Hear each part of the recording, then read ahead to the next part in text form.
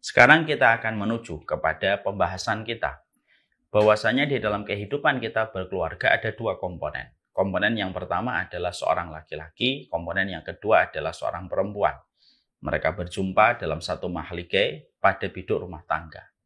Tentunya ketika kita memahami komponen yang menikah itu adalah lelaki dan wanita, maka kita tentunya harus menghadirkan sebuah ilmu dan referensi. Apa sih yang harusnya dipahami dan disadari oleh setiap laki-laki? Karena ketika ada seorang laki-laki, ketika ada seorang wanita, dia tidak tahu apa yang harus dia ketahui, maka bisa jadi laki-laki yang tidak tahu tentang dirinya, itu akan membawa kerusakan kepada keluarga yang dia bina. Kalau dia tidak mengerti sisi lain dari seorang laki-laki ketika berumah tangga. Makanya akhirnya banyak sekali hari ini parenting, atau banyak sekali orang itu berbicara tentang masalah keluarga. Pembicaraannya terkadang didominasi oleh teori dan logika, tapi tidak bertumpu kepada apa yang Allah sampaikan, apa yang dikatakan Rasulullah, dan apa yang diajarkan para ulama. Dan ini merupakan suatu musibah karena menambah banyak problem di dalam kehidupan. Makanya inilah yang menjadikan kita ingin mengembalikan. Kalau kita sudah bicara tentang hubungan laki-laki dan perempuan, dalam satu biduk rumah tangga, maka kita harus mengembalikan kepada referensi yang ada di dalam kitabullah dan sunnah. Bukan setiap orang bisa bicara tentang bagaimana berumah tangga, bagaimana seorang suami dan bagaimana istri. Karena tidak ada yang tahu bagaimana seorang lelaki dan seorang perempuan ketika menjadi suami istri kecuali adalah Allah yang ilmunya mutlak pasti benar dan tidak ada keraguan pada setiap kebenaran yang disampaikan olehnya. Maka mari kita menyampaikan apa sih yang harus dilakukan oleh laki-laki. Karena kita paham bahwasanya perjalanan terjauh manusia itu perjalanan untuk mengenali dirinya. Di dalam surat Ad-Dariyat 21, wa fi anfusikum afala tubsirun. Sesungguhnya pada dirimu apakah kamu tidak memperhatikan? Artinya Allah itu ingin memberikan sebuah pernyataan. Tidak ada perjalanan terjauh manusia kecuali mengenali dirinya. Ayat 21 surat Ad-Dariyat bukan hanya untuk laki-laki tetapi juga berlaku untuk perempuan. Makanya kita harus tahu apa sih yang harus diketahui dan disadari serta dipahami oleh seorang lelaki ketika dia telah menjadi suami. Dan saya akan menyampaikan ada sekitar 11 poin yang harusnya dimengerti dan dipahami seorang lelaki kalau dia telah menjadi seorang suami pada kehidupan sebuah rumah tangga di dalam pernikahannya. Apa itu yang pertama? Yang pertama itu adalah bahwasanya di dalam kehidupan kita berumah tangga ketika menjadi seorang suami, seorang laki-laki itu harus paham ujian terbesar seorang laki-laki itu adalah seorang wanita asing atau wanita ajnabiyah setelah dia menikah. Karena sesungguhnya tidak ada fitnah yang paling besar yang ditinggalkan pada umatnya Nabi Muhammad kecuali adalah fitnah perempuan bagi kehidupan seorang laki-laki. Maka ini penting untuk kita mengerti dan harus selalu kita sadarkan diri kita. Kita ini lelaki dan lelaki itu memiliki kekuatan yang tidak dimiliki oleh seorang wanita, tetapi di balik kekuatan yang dimiliki oleh seorang laki-laki, dia tetap memiliki kekurangan dan dia memiliki kelemahan. Kelemahan dan kerapuhan pada diri seorang laki-laki adalah ketika dia berhadapan dengan seorang wanita. Sehingga ketika seorang lelaki dia memahami sisi lemahnya dan sisi rapuhnya, maka akan ada banyak hal yang akan dia kerjakan, ada banyak hal yang dia lakukan sebagai seorang suami. Kalau dia paham seorang suami itu titik lemahnya, bukan ketika dia tidak bekerja, tetapi titik lemahnya pada kehidupan ketika berhadapan dengan seorang wanita asing yang bukan halal untuknya. Sebelum saya menyampaikan apa saja yang terjadi kalau seorang lelaki sudah paham bahwasanya medan terberatnya dia itu adalah seorang perempuan, saya akan menyampaikan sebuah dalil. Bagaimana sebuah riwayat dari Ali bin Abi Thalib. Bahwasanya Rasulullah pernah didatangin seorang lelaki pemuda. Hidungnya itu pecah berdarah. Disebabkan gara-gara lelaki itu melihat seorang wanita yang menawan hatinya, menawan pandangannya. Dilihat lagi, tanpa dia sadar, dia terus berjalan tanpa memperhatikan arah perjalanannya, sampai akhirnya membentur tembok, dan akhirnya hidungnya pecah. Ketika hidungnya pecah, dia berkata, aku tidak akan membersihkan hidungku yang berdarah ini sampai aku berjumpa dengan baginda Nabi Shallallahu Alaihi Wasallam. Dan ketika akhirnya beliau berjumpa dengan Rasulullah Shallallahu Alaihi Wasallam, Rasulullah memerintahkan beliau untuk menundukkan pandangan yang disebut dengan kata ghadul basar, dan Rasulullah diturunkan kepadanya satu ayat di dalam surat An-Nur ayat yang ke-30, di mana pada ayat itu diperintahkan setiap laki-laki menundukkan pandangannya kepada setiap wanita. Inilah yang menjadikan kita akhirnya paham bahwasanya ketika seorang laki-laki sebagai seorang suami, dia memahami bahwasanya fitnah terbesar pada hidupnya itu terletak pada perempuan, akan lahir beberapa hal yang akan menjadi perhatian olehnya. Yang pertama, kalau laki-laki dia sudah paham bahwasanya seorang suami dia mengerti bahwasanya ujian terbesarnya dan ujian terberatnya dirinya itu adalah seorang wanita, maka yang pertama yang akan dilakukan olehnya, dia tidak akan membuka kesempatan hatinya untuk menyapa seorang wanita yang tidak halal untuknya ketika dia paham bahwasanya mengobati ketika seorang suami telah terkena fitnah perempuan asing, mengobatinya itu jauh lebih susah dan jauh lebih mudah itu adalah mencegahnya sebelum kita mengobatinya. Karena kita harus paham, kalaulah kita ilustrasikan lelaki itu punya ring, maka sesungguhnya lelaki itu tidak akan bisa melawan wanita di ring yang sama. Karena apa? Dia pasti kalah. Bukan hanya kalah, tetapi TKO. Dia bahkan bukan TKO, tapi juga KO. Dia KO telak. Kenapa? Karena dia tidak akan menang. Sehingga ketika seorang suami dia mengetahui bahwasanya titik lemahnya dia, titik terbesarnya dia adalah seorang perempuan asing, maka dia akan menutup celah. Dia akan menutup segala kesempatan apapun yang bisa mengarahkan dia kepada sebuah perselingkuhan dan perzinahan.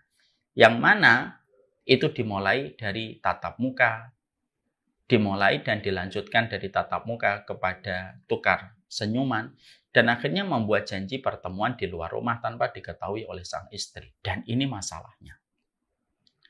Karena apa? Sekuat-kuatnya laki-laki dia bertekuk lutut kepada perempuan kalau dia sudah tersengat virus jatuh cinta. Dan laki-laki kalau dia sudah tersengat dengan perasaan jatuh cinta, kalau dia sudah menjadi suami, yang paling kasihan adalah istrinya, yang paling menderita adalah anak-anaknya. Karena dia sebagaimana anak kecil yang sedang merengek-rengek minta mainan dan merengek-rengek minta permen, yang dia tidak akan berhenti merengek sampai dia mendapatkan mainan dan permen itu. Dan itu jadi dan itu menurunkan pride-nya seorang laki-laki. Makanya inilah yang pertama yang harus dilakukan. Kalau kita sama-sama sebagai seorang suami sadar nih, titik lemahnya kita ada pada perempuan, jaga handphone kita, jaga komunikasi kita dengan orang wanita asing di luar yang halal untuk kita. Dan kita tidak boleh tertipu dengan alasan kita ingin melakukan poligami, lalu kita melakukan tindakan-tindakan yang semacam itu, yang diterjemahkan seorang wanita bukan sebagai tindakan mengarah kepada poligami, tapi tindakan itu adalah perselingkuhan yang dicarikan, yang diberikan atas nama pembelaan kepada perbuatannya ketika menyimpang. Sudahlah. Jadi kalau kita betul-betul paham bahwasanya memang ujian terbesar bagi kita adalah seorang perempuan, ya kita nutup seluruh jalan. Kita menutup seluruh jalan, kita menutup segala kesempatan yang bisa mengarah kepada satu kondisi ketika akhirnya seorang laki-laki nanti bertekuk lutut kepada seorang perempuan yang bukan halal untuknya. Dan itu akan menjadi masalah besar pada kehidupan.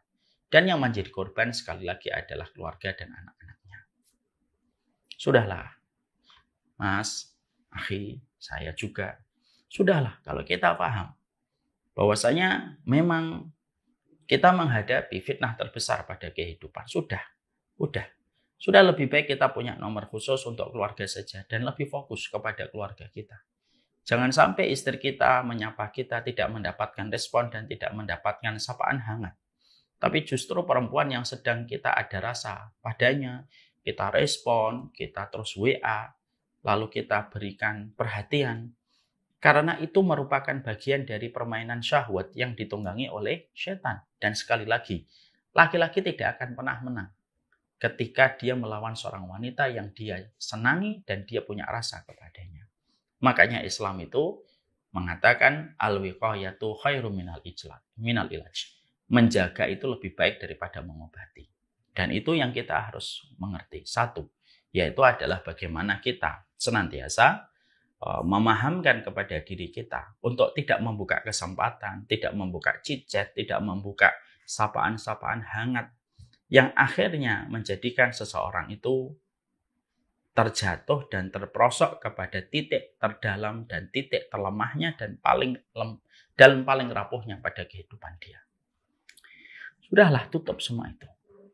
Banyaklah bergaul, banyaklah berkomunikasi, saling menyapa, bercanda dengan istri kita, bercanda dengan anak-anak kita, itu lebih baik. Dan itu jauh lebih menenangkan untuk kita.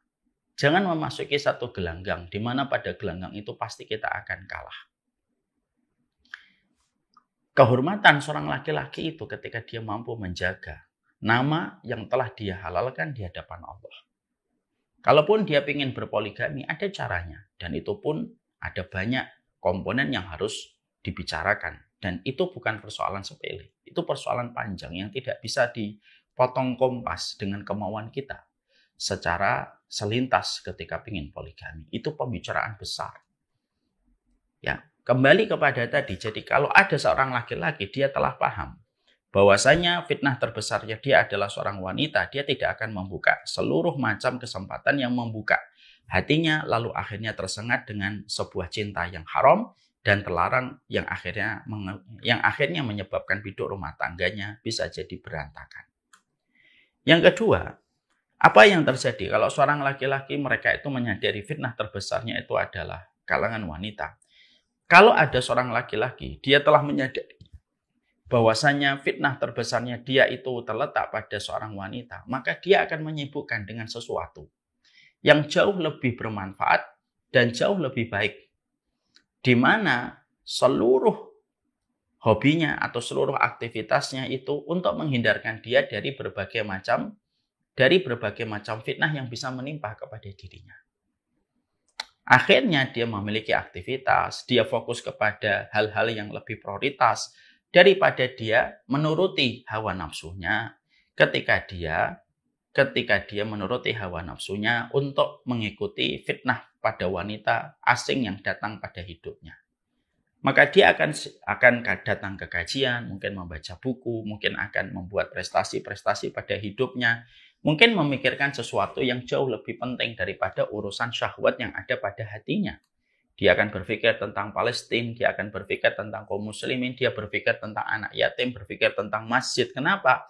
Karena dia tahu, hati saya kalau tidak disibukkan dalam perkara yang baik, maka tersibukkan dengan perkara-perkara kebatilan. Dan kebatilan itu bagi laki-laki itu ketika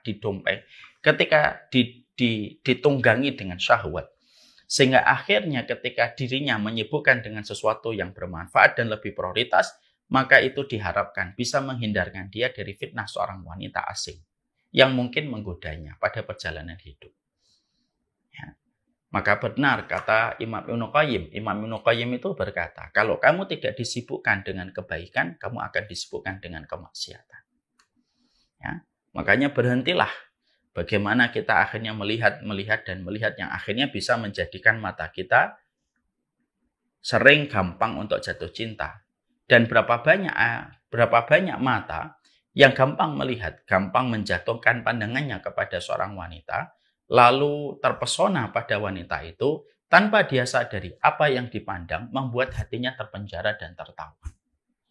Hentikanlah scrolling kita dalam perkara-perkara yang sifatnya tidak memberikan kebaikan pada hidup kita ketika kita mengetahui betul, memang tidak lemahnya kita adalah pada wanita. Yang ketiga, kalau kita akhirnya memahami betul bahwasanya seorang laki-laki dan seorang suami tidak lemahnya pada wanita, dia akan terus berdoa dan memohon kepada Allah supaya dia terhindar dari segala macam fitnah yang nampak dan tidak nampak. Sebagaimana riwayat Muslim diterangkan oleh Rasulullah SAW, Nabi itu mengajarkan kepada kita sebuah doa. Allahumma inni a'udzubika minal fitani ma dhahara minha wa ma batan. Ya Allah, aku berlindung kepada Engkau dari seluruh macam fitnah yang nampak dan tidak nampak. Dan di antara fitnah itu apa? Bukan hanya fitnah dunia, tapi termasuk fitnah itu fitnatun nisa, yaitu adalah fitnah wanita. Jadi kita mohon sama Allah. Kita memohon kepada Allah supaya fitnah wanita ini tidak menimpa dan menyapa pada kehidupan hati kita. Karena apa? Karena doa itu mampu menghilangkan dari setiap musibah dan setiap bala yang bisa ada dan bisa terjadi pada kehidupan kita. Jadi laki-laki, karena harusnya dia sadar sebagai seorang suami bahwasanya fitnah saya adalah terletak pada seorang wanita, ya saya harus berlindung diri dari segala macam fitnah yang nampak dan tidak nampak.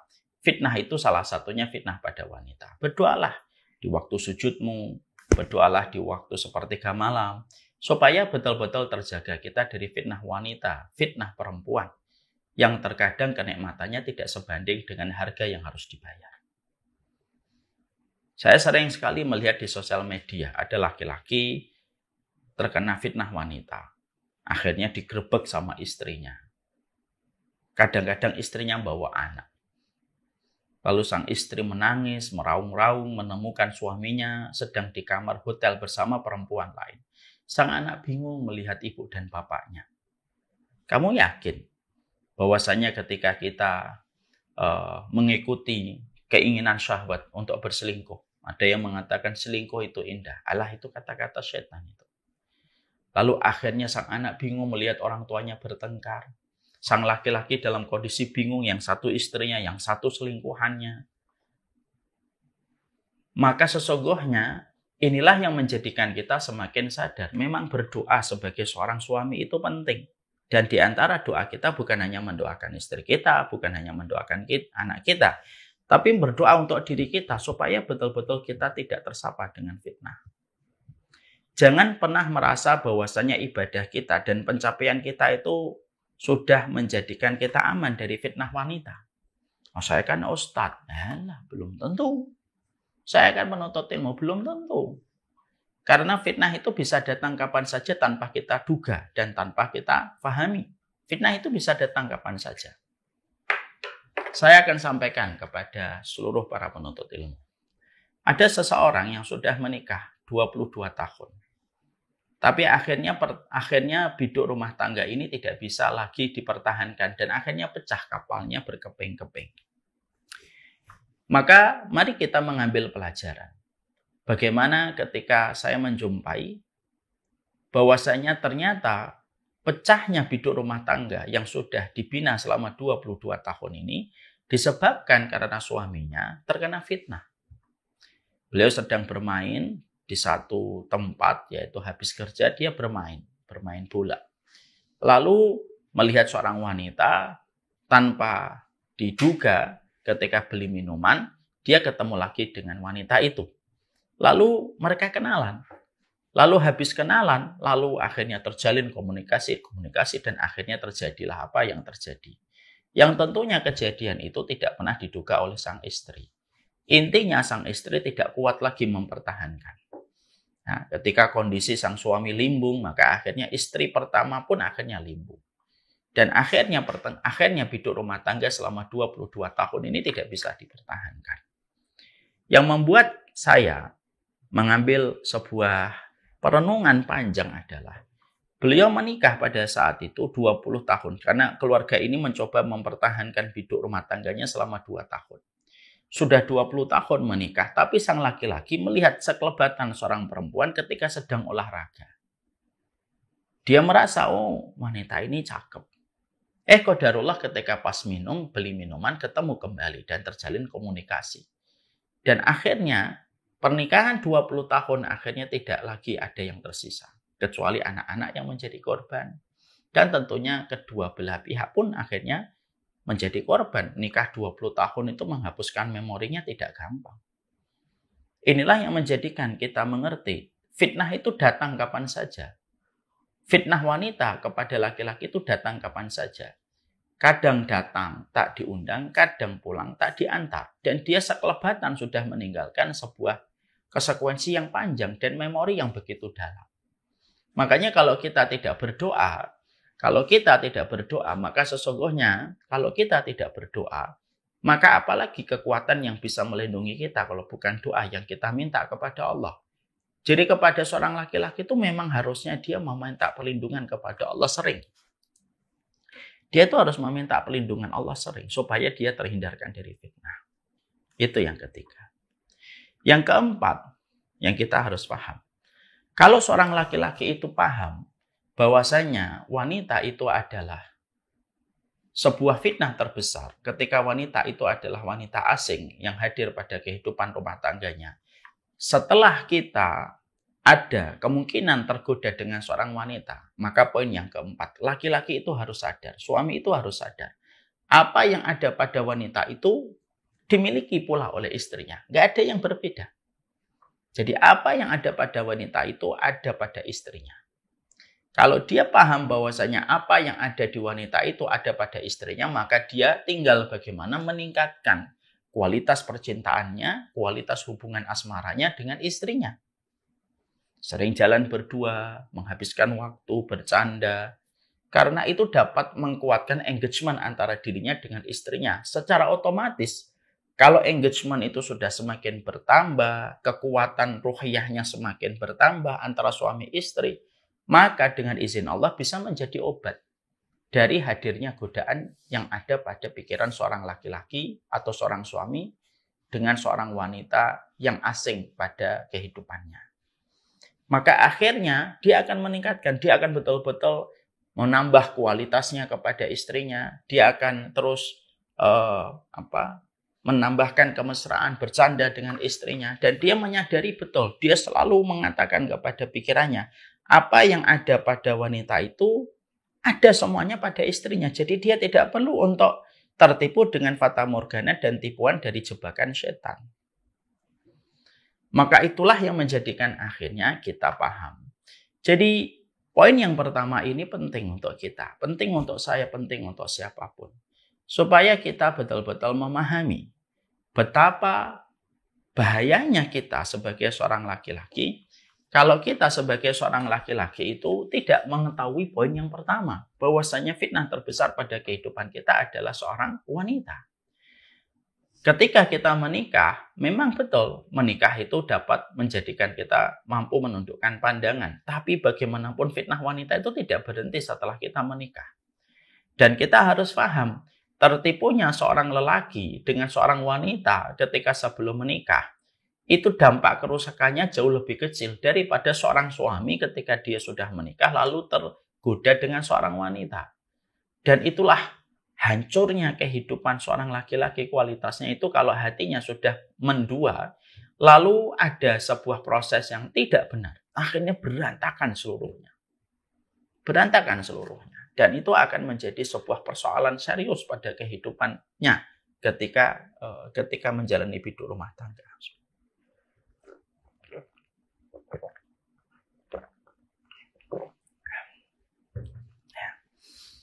Jadi pada poin yang pertama ini saya cuma mengatakan kepada engkau wahai para suami. Ini tak terkecuali saya. Jangan gegabah memasuki ring yang kamu ketika memasuki ring itu kamu akan kalah. Kapan? Ketika kamu berhadapan dengan seorang wanita asing yang menggodamu atau kamu tergoda olehnya, lalu kamu menuruti dan menuruti, mengikuti dan mengikuti. Satu waktu kamu akan menjadi budak dari wanita itu. Dan kamu korbankan apapun. Istrimu kamu korbankan, anakmu kamu korbankan. Tetesan mata istrimu tidak lagi peduli. Tetesan mata anak-anakmu tidak lagi kamu pedulikan. Karena apa? Karena laki-laki seorang suami. Kalau mereka sampai terkena fitnah. Kalau seorang laki-laki sudah terkena fitnah. Maka sesungguhnya dia tidak lebih sebagai budak dari wanita yang dia puja. Dan itu tragis ketika itu adalah seorang wanita haram untuknya ketika dia belum menikahinya. Makanya inilah yang menjadikan akhirnya kita paham betapa kita harus mengerti. Poin yang pertama yang harus dipahami laki-laki. Ayolah kalau kita menjadi suami itu sebelum kita menyadari kewajiban kita apa, sebelum kita menyadari apa yang harus kita lakukan, maka kita harus mengerti bahwasanya di antara hal yang perlu sangat kita sadari adalah titik terlemah pada kehidupan seorang suami adalah godaan seorang wanita asing ketika dia sudah berkeluarga. Ini yang pertama. Yang kedua, yang kita harus pahami itu adalah sesungguhnya poin yang kedua ini yaitu adalah bagaimana ketika kita menjadi seorang suami. Ketika kita menjadi seorang suami, pastikan kalau kita menjadi seorang suami itu adalah seorang suami yang memiliki sebuah karakter istimewa. Karakter istimewa itu apa? Yaitu adalah ketika menjadi seorang suami, karakternya itu istimewa. Keistimewaan karakter pada seorang suami itu apa? Mudah memberi ridho kepada istrinya. Dan dia tidak pelit dengan hati yang ridho kepada pasangannya. Ya. Tentunya ada sebuah kisah. Pernah satu waktu Rasulullah Shallallahu Alaihi Wasallam beliau pada satu waktu beliau sedang bersama dengan Maria. Pada saat itu Rasulullah memang gilirannya pada rumah Hafsah. Qadarullah Hafsah sedang keluar, ibunda Hafsah. Maka pada saat itu Maria Qibtiyah ini datang kepada Rasulullah pada saat memang Rasulullah sedang di rumahnya Hafsah. Lalu akhirnya diajak masuk oleh Rasulullah dan dikunci rumahnya sebagaimana biasa mengunci rumah. Ketika Hafsah datang, Hafsah kaget ketika rumahnya terkunci dan ternyata Rasulullah sedang bersama istri yang lainnya. Rasulullah tahu perbuatan itu membuat sedih Hafsah dan Rasulullah betul-betul meminta maaf. Rasulullah berjanji bahwasanya hal itu merupakan hal yang akan diperbaiki gitu. Tapi Hafsah pada saat itu diminta oleh Rasulullah supaya tidak menceritakan peristiwa itu kepada yang lainnya. Namun, apa dikata? Ternyata Hafsah menceritakan kejadian itu kepada ibunda Aisyah. Maka akhirnya kejadian tersebut akhirnya membuat Rasulullah marah dan hampir-hampir Rasulullah itu menceraikan Hafsah. Karena beliau tidak bisa dikendalikan dan tidak bisa diarahkan pada saat kemarahan itu. Tapi akhirnya Rasulullah Shallallahu Alaihi Wasallam itu ketika Rasulullah itu pada saat itu sudah menceraikan, lalu akhirnya segera Rasulullah merujuknya kembali. Dan Rasulullah memberikan maaf karena pada saat itu malaikat Jibril pun turun memberitahukan kepada Rasulullah. Jangan ceraikan Hafsah ya Rasulullah. Karena sesungguhnya dia merupakan wanita yang banyak ibadah, banyak puasa dan akan menjadi istrimu nanti di surga. Maka dari disitulah akhirnya Rasulullah rujuk kembali dan memaafkan Hafsah. Kita tentunya paham bahwasanya ketika kita menjadi suami, kita harus siap bahwasanya istri kita itu memiliki karakter dasarnya itu memang tercipta dari tulang rusuk yang bengkok. Ini kita harus paham. Makanya Rasulullah Shallallahu Alaihi Wasallam mengatakan fa innal mar'ata khuliqat min dilain fa inna a'waja syai'in a'laha. Kata Rasulullah Shallallahu Alaihi Wasallam, sesungguhnya seorang wanita itu diciptakan dari tulang rusuk yang bengkok. Fa inna a'waja syai'in a'laha. Yang paling bengkok dari tulang rusuknya perempuan itu adalah yang paling bengkok itu di atas. Artinya sudah tulang rusuknya bengkok, maka atasnya yang paling bengkok, dari tulang rusuk yang paling atas itulah wanita itu diciptakan. Lalu Rasulullah mengatakan, kalau kamu terlalu keras, kamu akan mematahkannya. Kalau kamu terlalu lembut, maka kamu akan membiarkan tulang rusuk itu akan terus bengkok. Istausu bin nisa'i khairan, kata Rasulullah. Berilah wasiat yang terbaik kepada perempuan dengan cara yang baik. Di situ kita akhirnya menjumpai dan kita mendapati bahwasanya karakter seorang suami itu memahami bahwasanya fitrahnya wanita itu untuk bengkok. Ini makanya Masya Allah ya, ibu-ibu dan bapak harus paham. Makanya penting seorang wanita itu mendapatkan materi tentang masalah keluarga itu tidak boleh berpihak kepada perempuan, tidak boleh berpihak kepada laki-laki. Karena apa? Karena terkadang saya mendapatkan ada beberapa konten yang sifatnya baik menyampaikan tentang masalah keluarga. Tapi terlalu dominan untuk memberikan arahan kepada untuk memberikan tema itu kepada perempuannya atau kepada wanita. Yang akhirnya wanita itu terkadang akhirnya tidak menyadari kekurangan dan kesalahannya. Maka inilah yang menjadikan penting. Bahwasanya seorang laki-laki harus paham. Memang perempuan itu tercipta dari tulang rusuk yang bengkok. Dan memang begitu mereka. Bukan salah mereka, tapi begitulah fitrah penciptaan yang Allah berikan kepada mereka. Saya teringat ya sebuah kisah. Ada seorang ulama besar, Syekh Nasir Umar. Beliau itu mengatakan begini, saya pernah menyampaikan sebuah materi di sebuah masjid di daerah Saudi. Ketika saya menyampaikan tentang hak-haknya istri, maka perempuan-perempuan yang menjadi audiens kajian saya yang bagian belakang itu mengatakan, wah, alaqad ahsanta ya Syekh. Kamu telah berbuat yang terbaik, wahai Syekh. Ketika saya menyampaikan poin tentang haknya wanita yang kedua, yang ketiga, semua akhirnya mereka memberikan respon dengan memberikan perkataan, Masya Allah, engkau ada Syekh yang terbaik. La masilalak. Tidak ada Syekh sebagaimana dirimu ketika Syekh itu sedang menyampaikan haknya seorang wanita. Lalu ketika Syekhnya hanya tersenyum ketika mendengar suara-suara wanita itu ketika merespon apa yang disampaikan Syekh, Syekhnya lalu selesai menyampaikan haknya wanita. Lalu Syekhnya berkata, ayo sekarang kita menyampaikan haknya seorang suami. Ketika baru disampaikan satu poin, perempuan-perempuan yang tadi asalnya memuji Syekh dengan isi kajiannya, setelah Syekh ini mengganti temanya, meneruskan temanya dengan hak-haknya seorang suami, yang di belakang itu langsung berubah. Apa yang kamu ucapkan, Syekh? Lalu menyampaikan poin yang kedua. Apa yang kamu katakan, Syekh? Gitu. Dilanjutkan poin yang ketiga. Kamu tidak pantas ngomong kayak gitu, Syekh. Gitu. Dan ketika menyampaikan poin yang keempat, sebagian besar dari kalangan wanita itu sudah pergi. Ini kisah nyata. Maka itu menunjukkan kembali kepada sebuah arti bahwasanya perempuan itu diciptakan dari tulang rusuk yang bengkok. Kecuali yang dirahmati oleh Allah.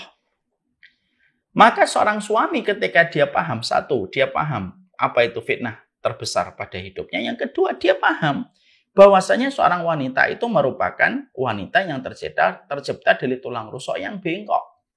Tapi justru pada bengkoknya seorang wanita, kalau kita mengerti ilmunya, itu bisa menjadi indah. Kayak tukang tirai. Tukang tirai itu, dia tahu bengkok itu tidak selamanya buruk. Makanya diciptakanlah bagaimana gorden itu memiliki lekukan-lekukan. Karena tampak indah daripada gorden yang tegak lurus. Maka akhirnya, disinilah kita harus mengerti, jadilah seorang suami itu yang mudah memberi ridho kepada istrinya.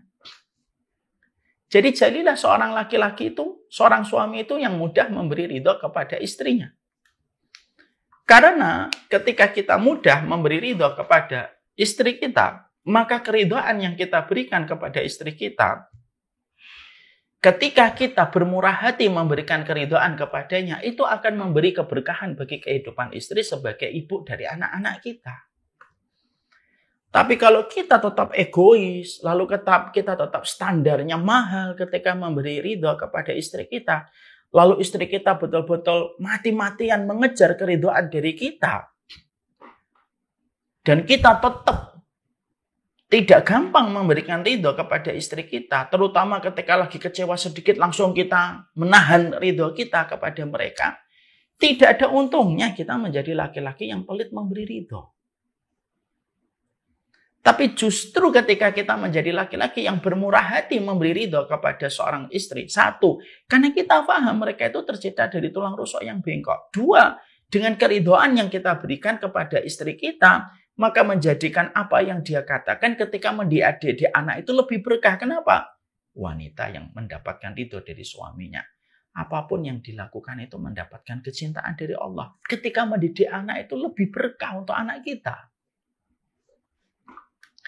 Dan yang ketiga, ketika kita menjadi seorang suami yang gampang memberi ridho kepada istri kita, akhirnya istri kita itu mendapatkan kemudahan di dalam hidup. Ya, akhirnya apa? Istri kita itu gampang mendapatkan kemudahan di dalam kehidupan. Dan 3 perkara itu akan didapatkan istri kita. Apakah kita rela wanita yang telah melahirkan anak-anak kita terancam dengan neraka gara-gara kita menjadi laki-laki yang bad mood-nya itu cepat gitu, kemudian gitu. Ada sesuatu yang sedikit kecewa langsung kita marah-marah dan kita mencabut kata ridho dari istri kita. Jangan gitu. Tapi jadilah laki-laki yang dewasa. Di antara kedewasaan seorang laki-laki adalah apapun kejadian, apapun perlakuan seorang istri.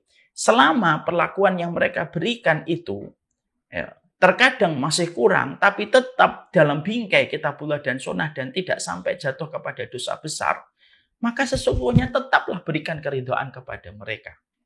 Karena keridhaan itu memberi keberkahan, keridhaan itu akan menjadikan berkah dia mendidik anak, dan sesungguhnya keridhaan yang kita berikan mudah kepadanya, itu menjadikan seorang istri mendapatkan kelapangan dan kemudahan di dalam hidupnya.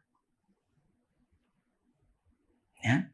Sehingga istri itu tidak tersimpan beban yang berat.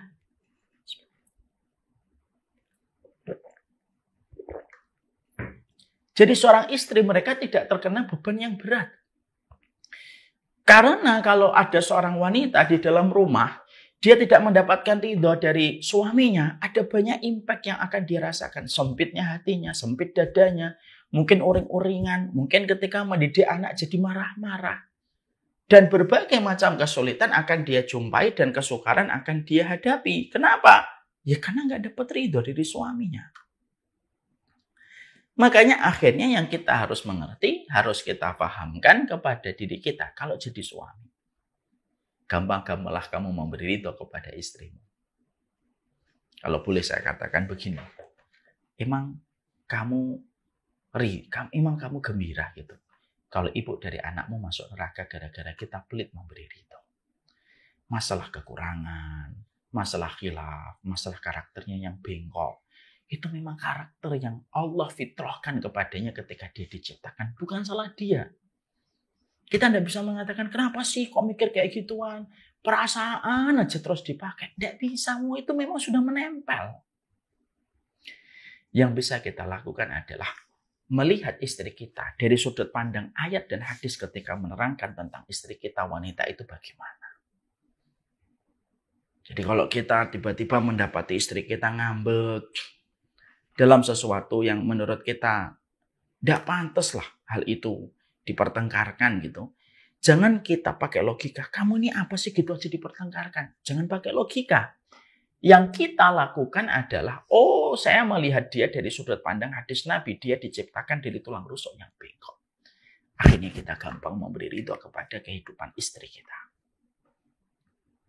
Jadilah seorang suami yang gampang memberi ridho. Itu yang kedua. Yang ketiga, yang kita harus paham. Kita harus mengerti jatah kesabaran kita kepada istri itu 2 kali sabar. Daripada sabar yang kita berikan kepada teman dan sahabat-sahabat kita dan teman kantor kita. Kita paham ya sebelumnya bahwasanya kedudukan sabar itu merupakan salah satu kedudukan besar di dalam agama Allah. As-sabru fil iman kama sali ra'si fil jasad.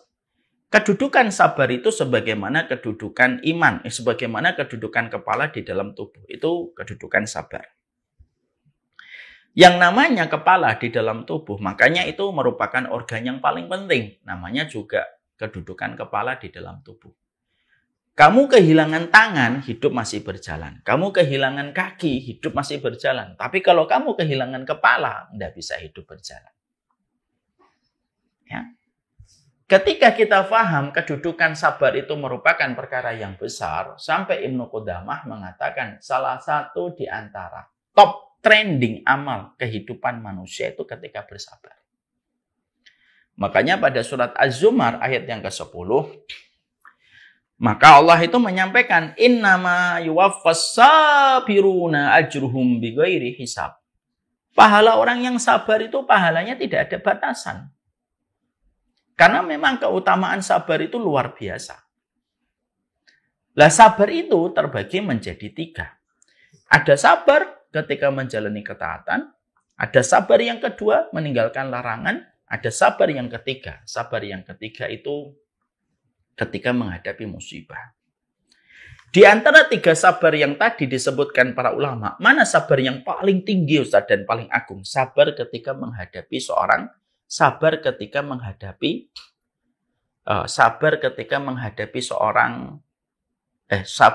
melakukan ketaatan. Maaf. Jadi di antara sabar dalam taat, menahan larangan dan menghadapi musibah, mana sabar yang paling agung? Sabar ketika menjalani ketaatan. Lah di antara cakupan sabar dalam ketaatan itu apa saja, Ustaz? Sabar dalam ketaatan itu para ulama mengatakan 1, sabar kepada orang tua. 2, sabar kepada keluarga. 3, sabar di dalam taat dan ibadah. Dan 4, sabar dalam menuntut ilmu. Itu termasuk sabar dalam ketaatan. Dan itu merupakan amalan paling agung.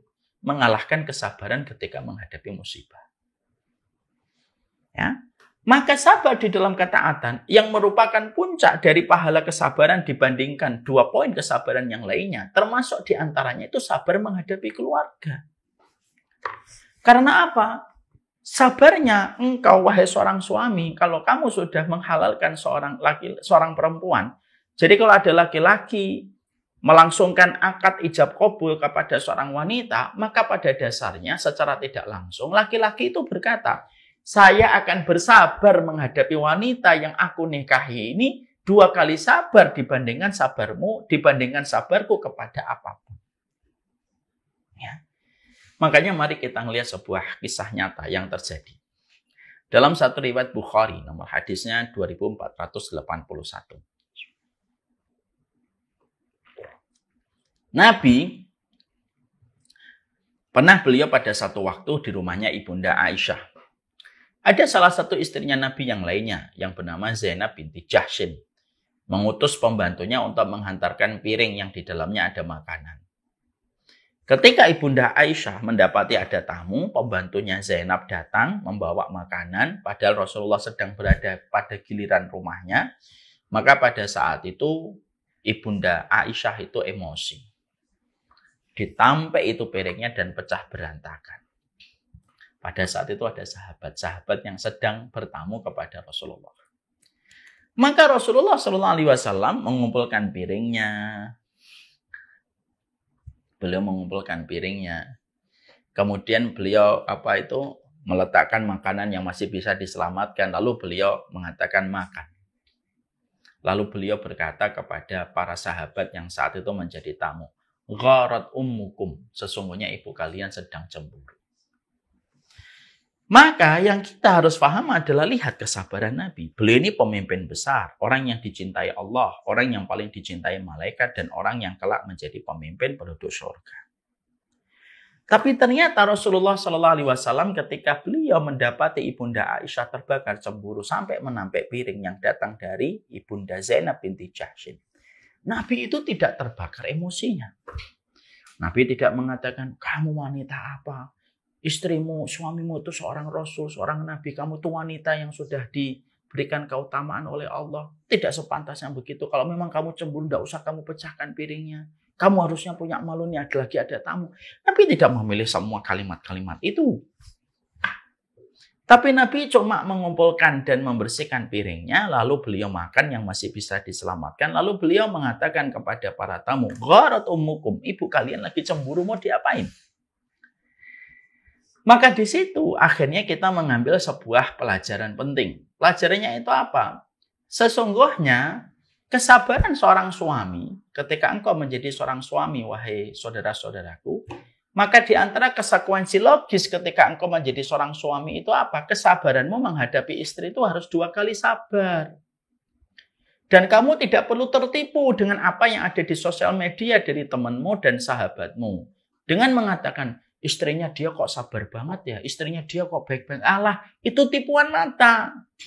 Karena memang pada basicnya dan pada dasarnya semua wanita itu sama. Dia memiliki karakter-karakter yang ada pada dirinya yang menjadi ujian bagi seorang suami dan tidak akan membahayakan ujian dari bengkoknya wanita ketika seorang suami memiliki 2 kali sabar. Ya. Kenapa sabarnya seorang suami kepada istri itu 2 kali sabar? Kenapa kok 2 kali sabar daripada yang lainnya? Kalau kamu sama orang lain, sama temanmu, teman kantormu, kamu sabar. Wong kamu memang dia juga sabar menghadapimu. Yang pertama, yang kedua, kamu tidak memberikan apapun kepadanya. Tapi kalau kita punya istri, satu, kita ngasih sandang, papan, dan pangan kepadanya. Kita yang bertanggung jawab kepada hidupnya dengan ketaatan dan sholatnya. Tapi di satu sisi kita harus menghadapi bagaimana perlakuannya yang terkadang naik turun. Dia berikan kepada kita sebagai suami. Dan tidak selamanya perlakuan istri kepada suami itu di atas permukaan itu baik terus. Karena apa? Perlakuan dan muamalah istri kepada sang suami itu up and down, naik turun dia. Ketika dia naik turun, itulah yang menjadikan kita paham. Itulah yang menjadikan kita mengerti bahwasanya dia dalam kondisi semacam itu. Maka akhirnya di satu sisi kita ngasih nafkah, di satu sisi kita ngasih kepadanya kecukupan, di satu sisi kita yang bertanggung jawab di hadapan Allah, di satu sisi nanti dalam pengadilan Allah kita yang akan bertanggung jawab terlebih dahulu kepada kehidupan istri kita. Di satu sisi kita harus menghadapi perlakuannya yang naik turun ketika memperlakukan kita. Yang tidak terus-menerus itu mengistimewakan kita setiap waktu. Kita harus bersabar. Saya jadi ingat ya, ada sebuah kisah ini beberapa bulan yang lalu. Ada sebuah kisah begini. Ada seorang suami istri, sudah lama mereka juga masih tampak rukun. Sudah umurnya di atas 60 tahun. Ketika saya menyampaikan bahwasanya salah satu bentuk cinta terbaiknya seorang istri dan seorang suami kepada istrinya itu adalah mendoakan suaminya dan istrinya lebih dulu daripada mendoakan yang lain. Setelah kajian itu selesai, ada seorang ibu-ibu sepuh, udah tua nenek-nenek. Beliau tanya, Ustadz, kalau saya mendoakan anak saya dulu, cucu dulu, baru setelah itu terakhir baru mendoakan suami saya, salah atau tidak? Saya bilang, tidak salah, Bu. Tapi yang lebih baik, ibu yang mendoakan suaminya. Waduh, kalau saya mendoakan suami saya berat, Ustadz. Rasanya kok nggak enak gitu. Saya pengen mendoakan anak dulu dan cucu saya dulu. Kok tahu semua. Suaminya ada di situ. Suaminya tetap senyum aja. Nah, di situ semakin kita paham, disitulah kita semakin mengerti. Memang sabarnya seorang suami kepada istri itu 2 kali sabar. Di satu sisi kamu yang bertanggung jawab semuanya, tapi di satu sisi kamu yang harus menghadapi bengkoknya dan menghadapi situasi-situasi tidak terduga. Dari naik turunnya dan ketika baik dan bengkoknya itu terkadang menyapa. Tapi kalau kita paham ya, oh berarti menjadi seorang suami itu memang, oh ya sabarnya itu harus 2 kali sabar daripada saya menghadapi teman saya.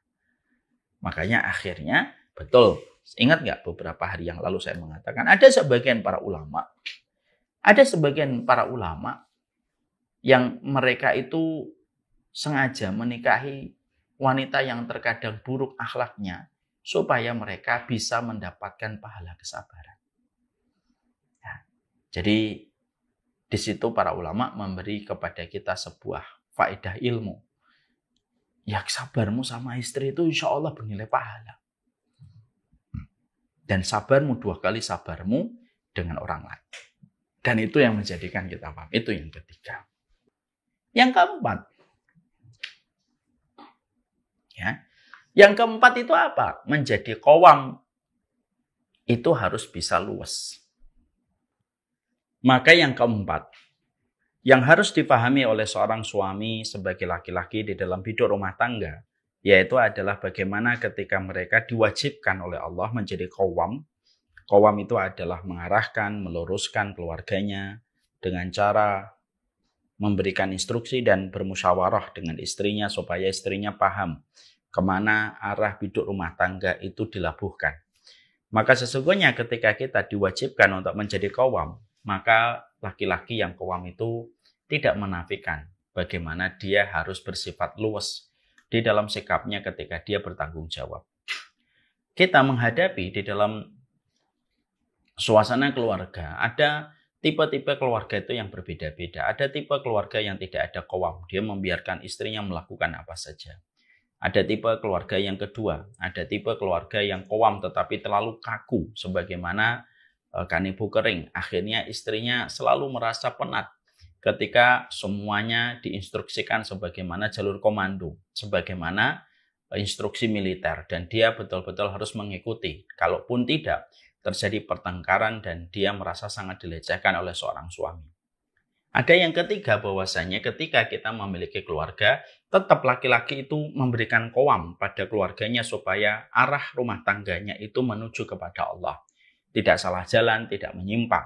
Tapi ketika kita memiliki sifat qawam yang menjadi kewajiban kita sebagai seorang laki-laki, tetap seorang laki-laki harus luwes ketika dia mengarahkan biduk rumah tangganya dengan ketentuan dan peraturan yang dia tetapkan. Ini penting. Saya sangat tertarik sekali bagaimana Rasulullah adalah laki-laki yang paling qawam dalam kehidupan berumah tangga. Tapi Rasulullah itu adalah orang yang juga paling luwes. Pernah dalam satu riwayat Bukhari, Muslim, Rasulullah SAW itu senang minum madu di rumahnya Ibunda Zainab binti Jahsin. Lalu akhirnya mengundang perhatian antara Hafsah dengan Aisyah ketika mereka berdua terbakar cemburu. Akhirnya Hafsah dan Aisyah itu bersepakat kalau mendapati Rasulullah dari rumahnya Zainab bintu Jahsin habis minum madu, maka kita katakan, ini bau apakah ini yang menyengat? Maka akhirnya betul, rencana itu akhirnya dieksekusi. Setiap Rasulullah habis dari rumahnya Zainab bintu Jahsin minum madu, maka Hafsah dan Aisyah itu selalu berkomentar, minum bau apa ini menyengat ini? Rasulullah mengatakan, ini bau madu yang aku minum di rumahnya Zainab bintu Jahsin. Akhirnya mereka berdua menampakkan ketidaksukaannya kepada bau itu, yaitu yang sebenarnya adalah bau madu. Akhirnya Rasulullah demi untuk menyenangkan kedua istrinya, beliau mengatakan, ya sudahlah, saya tidak akan minum madu lagi kalau kalian tidak berkenan. Walaupun akhirnya apa yang dikatakan Rasulullah diluruskan oleh Allah dengan Allah menurunkan surat At-Tahrim ayat yang pertama, ya ayuhan nabiyyu lima tuharrimu ma ahallallahu laka tabtagi mardhata azwajik. Wahai Nabi, kenapa kamu haramkan apa yang aku halalkan hanya untuk mencari keridhaan istri-istrimu? Walaupun ini adalah satu hal yang sudah diluruskan oleh Allah, tapi ada pelajaran yang tersisa pada peristiwa ini. Rasulullah itu memiliki keluasan. Rasulullah itu laki-laki yang tegas, tapi di sisi yang lainnya Rasulullah itu memiliki keluasan. Sehingga ketika dia mendapati, ketika istrinya terbakar cemburu, Rasulullah berusaha betul bagaimana meredamkan cemburu itu dengan sikap yang bijak, langkah yang adem, tanpa terlibat emosi ketika mendapati istri-istrinya lagi terbakar cemburu. Ini penting untuk dipahami setiap suami pada kehidupan berumah tangga. Ketika kita berumah tangga pada perjalanan hidup kita tentunya di satu sisi, kita ini harus memberikan petunjuk yang jelas, aturannya harus jelas kepada keluarga kita supaya keluarga kita betul-betul tahu mana yang diperintahkan, mana yang dilarang. Tapi ketika kita dibebani tugas menjadi seorang pemimpin, menjadi komandan di dalam rumah tangga kita, belajarlah untuk luwes. Karena apa? Karena keluasan itu datang dari cermin kehidupan akhlak yang kita miliki. Kita, kalau misalkan punya komunitas, lalu kita menjadi ketuanya, jangan hanya bersifat otoriter, karena kamu tidak akan mendapatkan hati dan sayang dan cinta loyalitas dari bawahanmu kalau kamu sekedar otoriter. Tapi kamu ketika memiliki satu komunitas, memiliki perusahaan, kamu memang harus tegas, tapi kamu harus tetap luwes. Maka luwes itu berlawanan dengan sikap otoriter yang maunya menang sendiri. Maka sikap luwes itu yang harus kita bangun pada perjalanan kita berumah tangga. Istri kita merupakan makhluk yang tadi sudah sering saya sampaikan. Dia itu merupakan makhluk yang hakikatnya dan fitrahnya itu untuk bengkok. Makanya ketika kita tahu fitrahnya wanita itu bengkok, maka kita memberikan keluasan. Karena sikap keluasan pada diri wanita itu yang terkadang lebih mudah membentuknya daripada sifat ketegasan yang terlalu tegas sehingga melampaui batas. Makanya betul kata Imam Ahmad, Imam Ahmad ketika menikahkan putrinya, maka Imam Ahmad menikahkan putranya. Imam Ahmad tuh berpesan kepada putranya, "Nak, nanti kalau kamu menikah, jangan terlalu tegas, tapi jangan terlalu lunak. Kalau kamu terlalu tegas, kaku, otoriter, istrimu tidak akan kuat dan dia akan berlari dari sisimu. Tapi kalau kamu terlalu lunak, maka dia memanfaatkan kelunakan kamu untuk menguasai dan mengendalikan dirimu. Yang betul, jangan terlalu lunak, jangan terlalu otoriter. Bersikaplah di antara keduanya." Maka ini menjadi sebuah tambahan referensi. Oh, ternyata menjadi seorang suami itu yang paling susah itu luwes. Menjadi pemimpin yang otoriter itu gampang, tetapi menjadi pemimpin yang luwes di dalam kepemimpinannya, itulah pemimpin yang akan mendapatkan simpati dari bawahannya. Jangan menjalankan biduk rumah tangga sebagai seorang suami. Rumah tangga itu sebagaimana militer dan administratif. Militer, yes or no. Administratif, salah dan benar. Tapi di situ ada sebuah keluasan ketika kita memahami konteks, ketika kita mengerti bagaimana latar belakang seorang wanita. Rasulullah luwesnya adalah mengatakan kepada Zainab, mengatakan kepada Hafsah dan Aisyah, "Ya sudah, kalau kalian tidak suka dengan bau madu ini, aku tidak lagi minum madu di rumahnya Zainab bintu Jahsyin." Itu menunjukkan Rasulullah itu komitmennya untuk menenangkan, lalu memberikan keluasan dalam sikapnya. Maka inilah yang menjadikan kita harus banyak belajar. Menjadi suami, kalau hanya mengandalkan sisi otoriter, itu gampang. Otoriter itu gampang. Tapi menjadi seorang suami yang dia bersikap luas kepada istrinya, kapan dia mengerti, kapan dia tegas, kapan dia harus lembut, kapan dia membiarkan, kapan harus meluruskan, itu yang membutuhkan praktek yang panjang di dalam kehidupan ketika kita menjadi seorang suami. Tapi itulah yang menjadikan kita paham. Seorang suami harus menjadi qawwam, tapi tidak boleh luntur sikap luwesnya kepada keluarga yang dia pimpin. Itu yang keempat. Yang kelima yang kita harus paham adalah sesungguhnya yang kelima itu adalah jangan pelit untuk mengatakan cinta dan jangan pelit untuk mengatakan sayang kepada wanita yang telah menjadi istri kita. Tentunya kita harus mengerti sebagai seorang suami, perempuan itu lemah di telinganya. Ya, sehingga ketika dia mendengarkan kata-kata rayuan, mudah sekali untuk takluk kepada setiap kata rayuan yang dia dengarkan. Dan ini merupakan satu ilmu yang harus dipahami oleh seorang laki-laki. Bahwasanya menjadi seorang suami, terkadang seorang suami itu menerjemahkan cintanya saya kepada istri, saya tunjukkan dengan tanggung jawab saya, komitmen saya, membantu mendidik anak-anak, membantu untuk merawat anak-anak. Itu cintanya saya kepada istri saya. Karena memang laki-laki tidak terbiasa untuk menyampaikan secara verbal. Saya gendong anak ketika kamu lagi berjalan, itu cintanya saya. Ketika kamu lagi sakit, saya istirahatkan kamu dari berbagai macam pekerjaan, itu sayangnya saya. Ditunjukkan dengan perbuatan. Itu versi laki-laki. Tapi bagi versi wanita, sesungguhnya versi wanita itu merupakan makhluk verbal. Dia terkadang tidak bisa melihat cintamu ketika kamu menggendong anak. Terkadang dia tidak mampu membaca cintamu ketika kamu mengistirahatkan kamu di dalam kamar dan dia yang membersihkan rumah. Kadang-kadang wanita itu mereka ingin untuk terdengar di telinga mereka bahwasanya kita betul-betul mencintai mereka. Ditambah lagi, wanita itu dominan dengan perasaan. Ketika wanita itu dominan dengan perasaan, maka sesungguhnya perkataan cinta dan sayang yang diverbalkan itulah yang menyentuh sisi paling besar pada dirinya. Dan sisi yang paling besar pada diri wanita itu adalah sisi perasaannya. Makanya akhirnya mengucapkan kalimat cinta itu penting. Mengatakan kalimat sayang itu menjadi teramat sangat penting. Dan tentunya bernilai pahala besar. Dan bukan hanya sekedar lip service. Bukan hanya sekedar omongan tanpa makna. Tapi betul-betul memberi makna bahwasanya kita menyampaikan, mengekspresikan rasa cinta kita kepada istri. Dan itu berpahala besar, wahai seorang suami. Maaf ya, kalau ada seorang laki-laki, dia datang kepada satu kampung, menemui orang yang dia cintai, maka Allah itu mengatakan, dan Allah pun jatuh cinta kepada dirimu, yang karenanya, karena Allah itu kamu mencintai saudaramu. Mari kita mengambil sebuah analogi sederhana.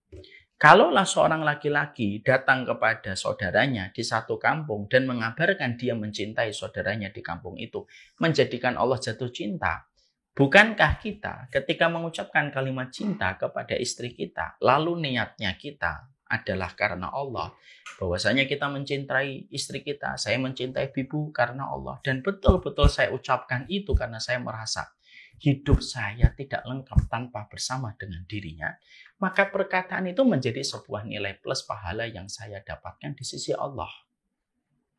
Coba, kalau saya mengatakan kalimat cinta kepada wanita asing, saya mendapatkan dosa. Ketika saya mengucapkan kalimat cinta kepada wanita yang saya cintai dan halal untuk saya, maka itu pun menjadi sebuah pahala yang besar. Makanya akhirnya kita tidak bisa lalu berkomentar, wahai para suami, mengatakan kepada istri, sudahlah, kamu tuh tidak usah ragu, saya tuh cinta sama kamu atau tidak. Walaupun saya jarang mengucapkan, tapi ketika saya bertanggung jawab, saya bekerja dari pagi sampai sore, saya membantu pekerjaanmu, itu semuanya cinta. Bagi perempuan, dia tidak bisa membaca itu cinta sampai diverbalkan.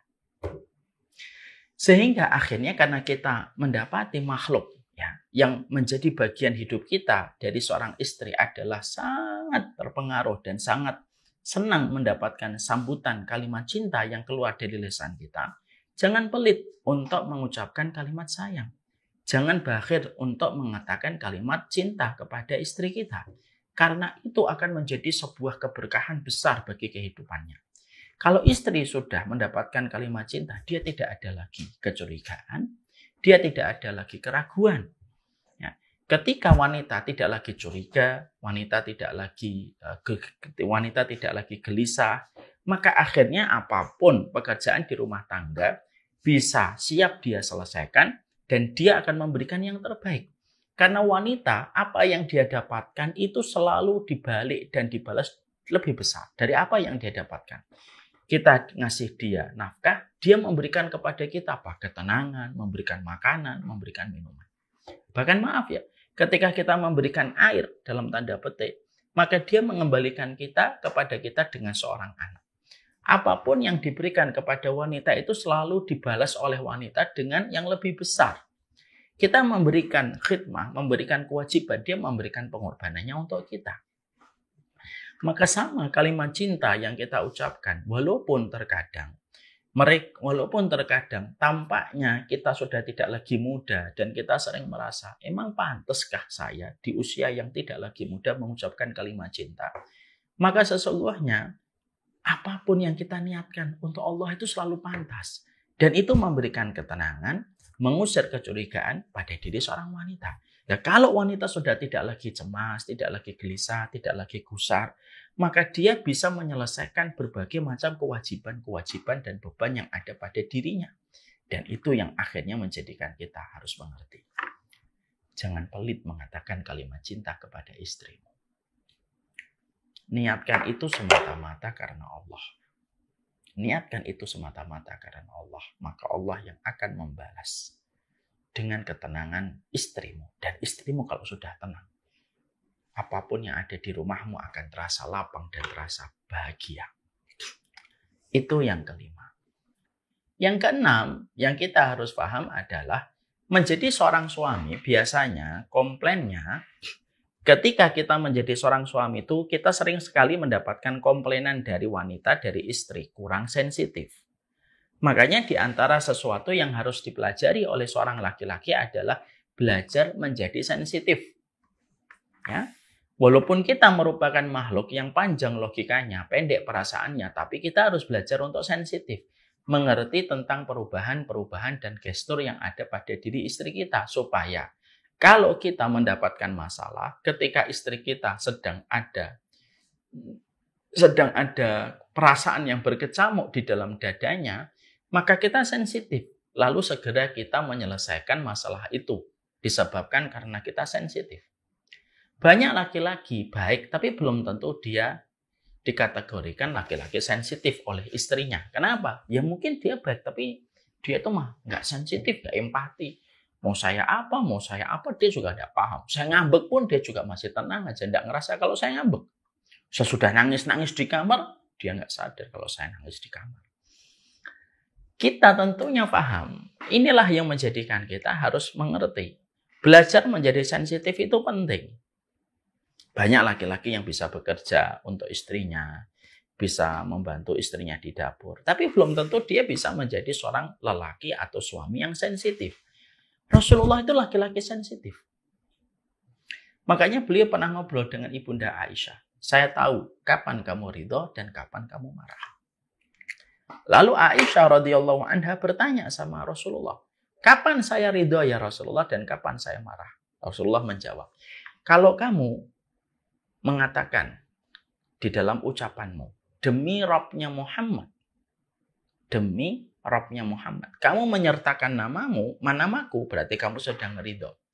Tapi kalau kamu mengatakan demi Rabbnya Ibrahim, kamu menyebutkan datukku, kakekku Ibrahim dan tidak mau menyebutkan namaku, berarti kamu sedang tidak ridho kepada diriku.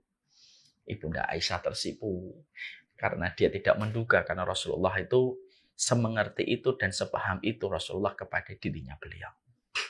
Maka disinilah kita akhirnya paham, ini merupakan salah satu pelajaran. Makanya saya tahu betul. Ya, saya dulu kalau bapak ibu lagi ada perang dingin gitu, saya taunya gimana ya dari ucapan. Kalau ibu saya mengatakan ngomong nih sama bapakmu, nah, itu berarti lagi bertengkar. Kalau ibu saya ngomong, kalau bapak saya ngomong sama ibumu, berarti lagi ada perang dingin. Inilah yang menjadikan kita harus mengerti. Pada poin yang keenam, kita ini diperintahkan di dalam kehidupan syariat itu belajar sensitif. Karena ketika kita sensitif, kita tahu nih perubahan-perubahan yang ada pada gestur dan mimik istri kita. Sehingga kita langsung sigap apa yang saya harus lakukan ketika mendapati perubahan-perubahan itu terjadi. Ketika kita mendapati seorang istri gendong dalam kondisi menggerak-gerakkan tangannya, ini sensitif, oh sudah lelah. Ketika dia ngeliatin kita melihat handphone gitu, pandangannya cukup lama, kita paham ini dia sudah tidak nyaman karena ingin dibantu. Semua perkara itu, sensitivitas itu kalau direspon, maka akhirnya menghindarkan kita dari pertengkaran dan menghindarkan kita dari pertikaian.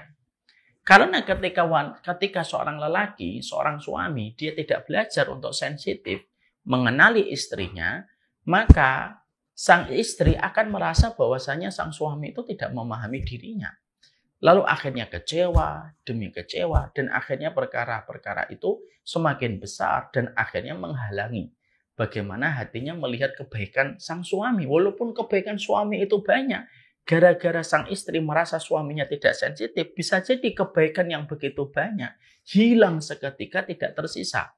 Kenapa? Karena sang istri melihat dan memandang serta menyimpulkan suaminya itu tidak sensitif. Ya. Makanya akhirnya terkadang memang agak sedikit rumit memang memahami tentang bagaimana sifat wanita. Kenapa sih mereka tidak ngomong saja? Memang begitu. Kadang ada banyak laki-laki yang berkata, ngomong aja, kamu tuh maunya apa? Saya itu bukan dukun yang bisa menebak apa yang kamu mau. Tidak bisa. Kita tidak bisa mengubah settingan defaultnya seorang wanita yang memang tercipta semacam itu. Makanya akhirnya ya cukup bagi kita belajar sensitif. Gesturnya, gimmicknya ketika sudah mulai berubah, bagaimana intonasi ketika dia menjawab, itu menjadikan kita paham. Ya. Kalau kita akhirnya memahami, oh ada perubahan intonasi nih, jawabnya pendek-pendek nih, kita sudah ngerasa, oh ada sesuatu. Maka akhirnya kita bisa mengambil sikap. Contoh, mungkin mengambil jarak dulu. Yang kedua, mungkin kita belajar memberi validasi dulu, supaya dia sudahlah mungkin lagi ngambek, divalidasi dulu. Dibiarkan dia untuk merilis dendam yang ada pada hatinya.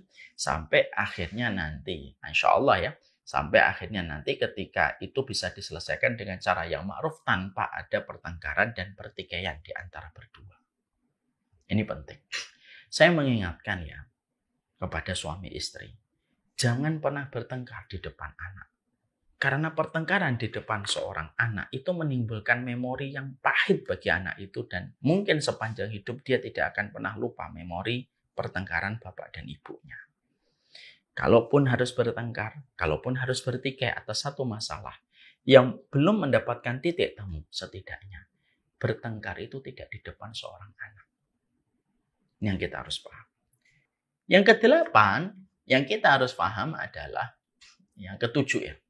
Yang ketujuh adalah bahwasanya dalam kehidupan seorang suami kita harus mengerti bahwasanya seorang suami itu harus belajar, seorang suami itu harus paham dosanya seorang suami, impact-nya, efeknya itu lebih besar.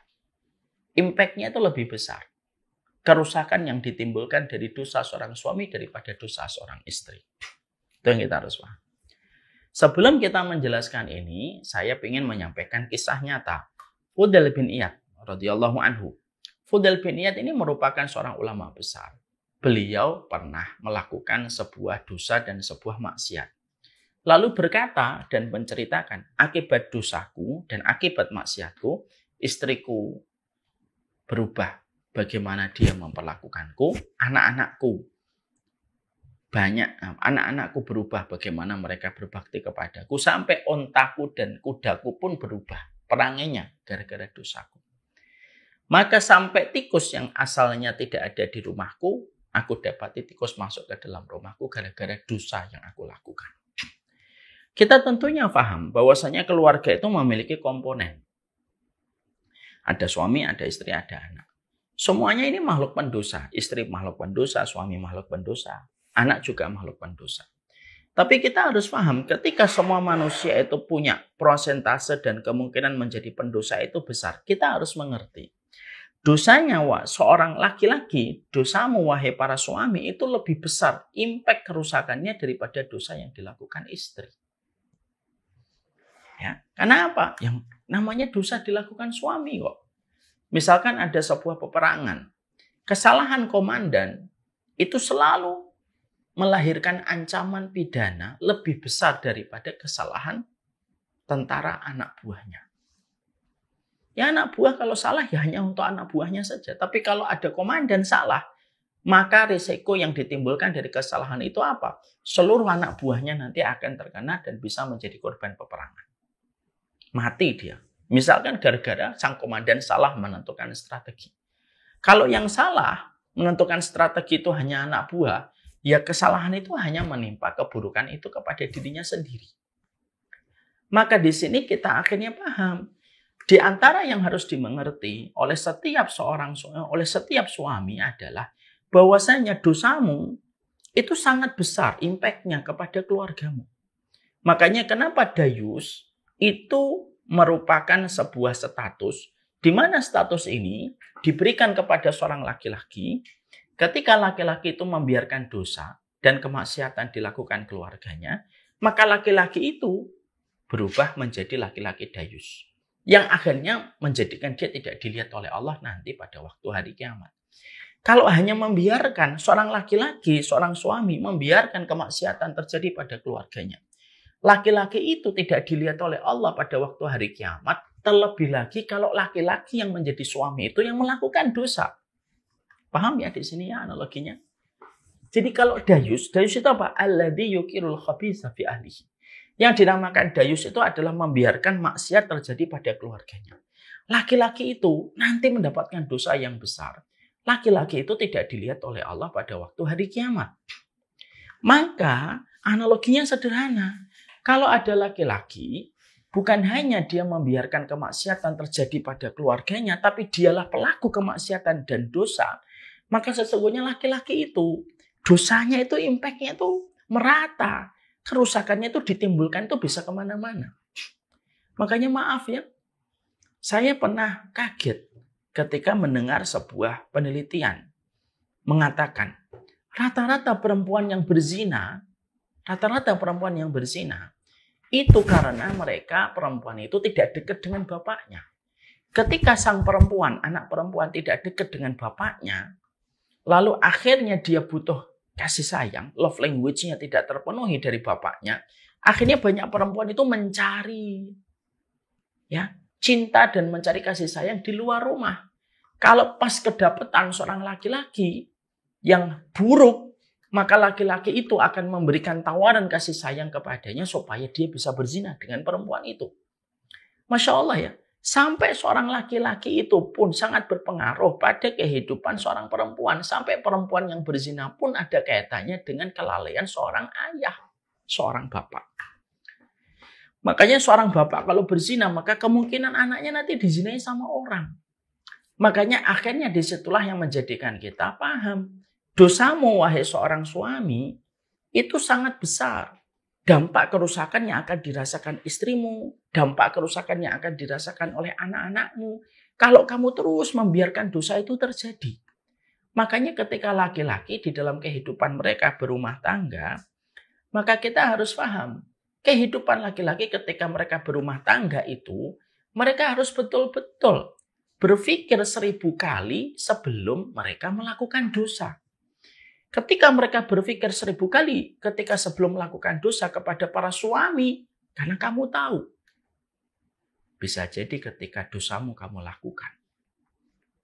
Dosamu ketika kamu lakukan, maka kamu akan membayarnya sepanjang hidup. Dan itu yang kita harus paham. Ya. Ini yang menjadikan akhirnya kita paham. Dosamu itu sangat besar dampak kerusakannya dibandingkan dosa anakmu dan dosa istrimu. Itu yang kita paham. Poin yang ke-7. Poin yang ke-8. Yang kita harus paham sebagai seorang suami itu apa poin yang ke-8? Kamu tidak hanya menjadi seorang suami, tapi kamu harus bisa menjadi kekasih, kamu harus bisa menjadi partner, sekaligus pula kamu menjadi ayah dan bapak dari anak-anakmu. Ya. Maka sesungguhnya itu yang kita harus paham. Banyak laki-laki kalau mereka menikah menyadari bahwasanya dirinya hanyalah seorang suami. Salah. Ada 4 fungsinya. Jadi suami, jadi bapak, jadi kekasih, jadi partner. Dan itu harus dijalankan sesuai dengan kebutuhan sehari-hari. Kadang kita jadi bapak, kadang kita jadi kekasih, kadang kita jadi partner, dan kadang kita menjadi suami bagi istri kita. Mari kita lihat Rasulullah. Rasulullah itu menjalankan 4 fungsi itu ketika beliau menjadi seorang lelaki yang memiliki istri. Ketika beliau pernah marah kepada Ibunda Aisyah, menggambar makhluk-makhluk hidup, lalu Rasulullah saat itu menyobek-nyobek tirai yang ada gambar makhluk hidupnya. Rasulullah ketika menyobek-nyobek, pada saat itu, apa yang ingin disampaikan oleh Rasulullah? Rasulullah ingin mengatakan kepada kita, Rasulullah saat itu menjadi suami yang kowang mengingatkan kesalahan istri. Makanya Nabi mengatakan, wahai Aisyah, orang yang paling keras adabnya adalah orang yang menandingi makhluk, orang yang mampu, orang yang menandingi Allah di dalam menciptakan makhluk. Beliau saat itu menjadi seorang suami. Tapi Rasulullah pernah lomba lari dengan Ibunda Aisyah. Lari-lari. Berduaan saja. Itu menunjukkan bahwasanya Rasulullah itu pada saat itu menjadi kekasih lomba lari. Rasulullah di sisi yang lainnya, Rasulullah pernah mendengarkan curhatan Ibunda Aisyah tentang 11 wanita. Bagaimana mereka memperlakukan dan diperlakukan suaminya. Rasulullah mendengarkan tanpa sama sekali menginterupsi apa yang diceritakan oleh Ibunda Aisyah. Rasulullah saat itu menjadi partner. Di sisi yang lainnya Rasulullah beliau itu ngajarin Amr bin Abi Salamah, anak tiri beliau dari Ummu Salamah. Anak tiri dari Amr bin Salamah itu diajarin oleh Nabi, ya gulam samillah, kul biyaminik wa kul mimma yalik. Wahai gulam, ambillah, makanlah dengan maca bismillah, makanlah yang terdekat dan makanlah dengan tangan kananmu. Maka pada saat itu Rasulullah itu berfungsi sebagai seorang bapak dari anak-anaknya. Lah inilah termasuk salah satu di antara hal yang terkadang tidak kita mengerti. Kadang-kadang kita terlalu kaku, selalu menjadi sisi seorang suami. Tapi kita tidak pernah ngajak istri kita berduaan. Istri kita tetap harus diajak quality time. Karena dinding-dinding yang ada di dalam rumahmu itu menjadi beban baginya. Dan sesungguhnya rekreasi baginya itu bukan di tempat yang mahal. Rekreasi bersamamu ketika kamu mengajaknya itu sesuatu yang mahal dan itu berharga untuknya. Kalau kamu mengajak dia keluar, hanya makan mie goreng, hanya makan bakso berdua sembari ngobrol, itu kamu berfungsi sebagai seorang kekasih. Kalau habis Isya kamu pulang, kamu dengarkan cerita dan kisah yang dia sampaikan, itu kamu menjadi seorang partner.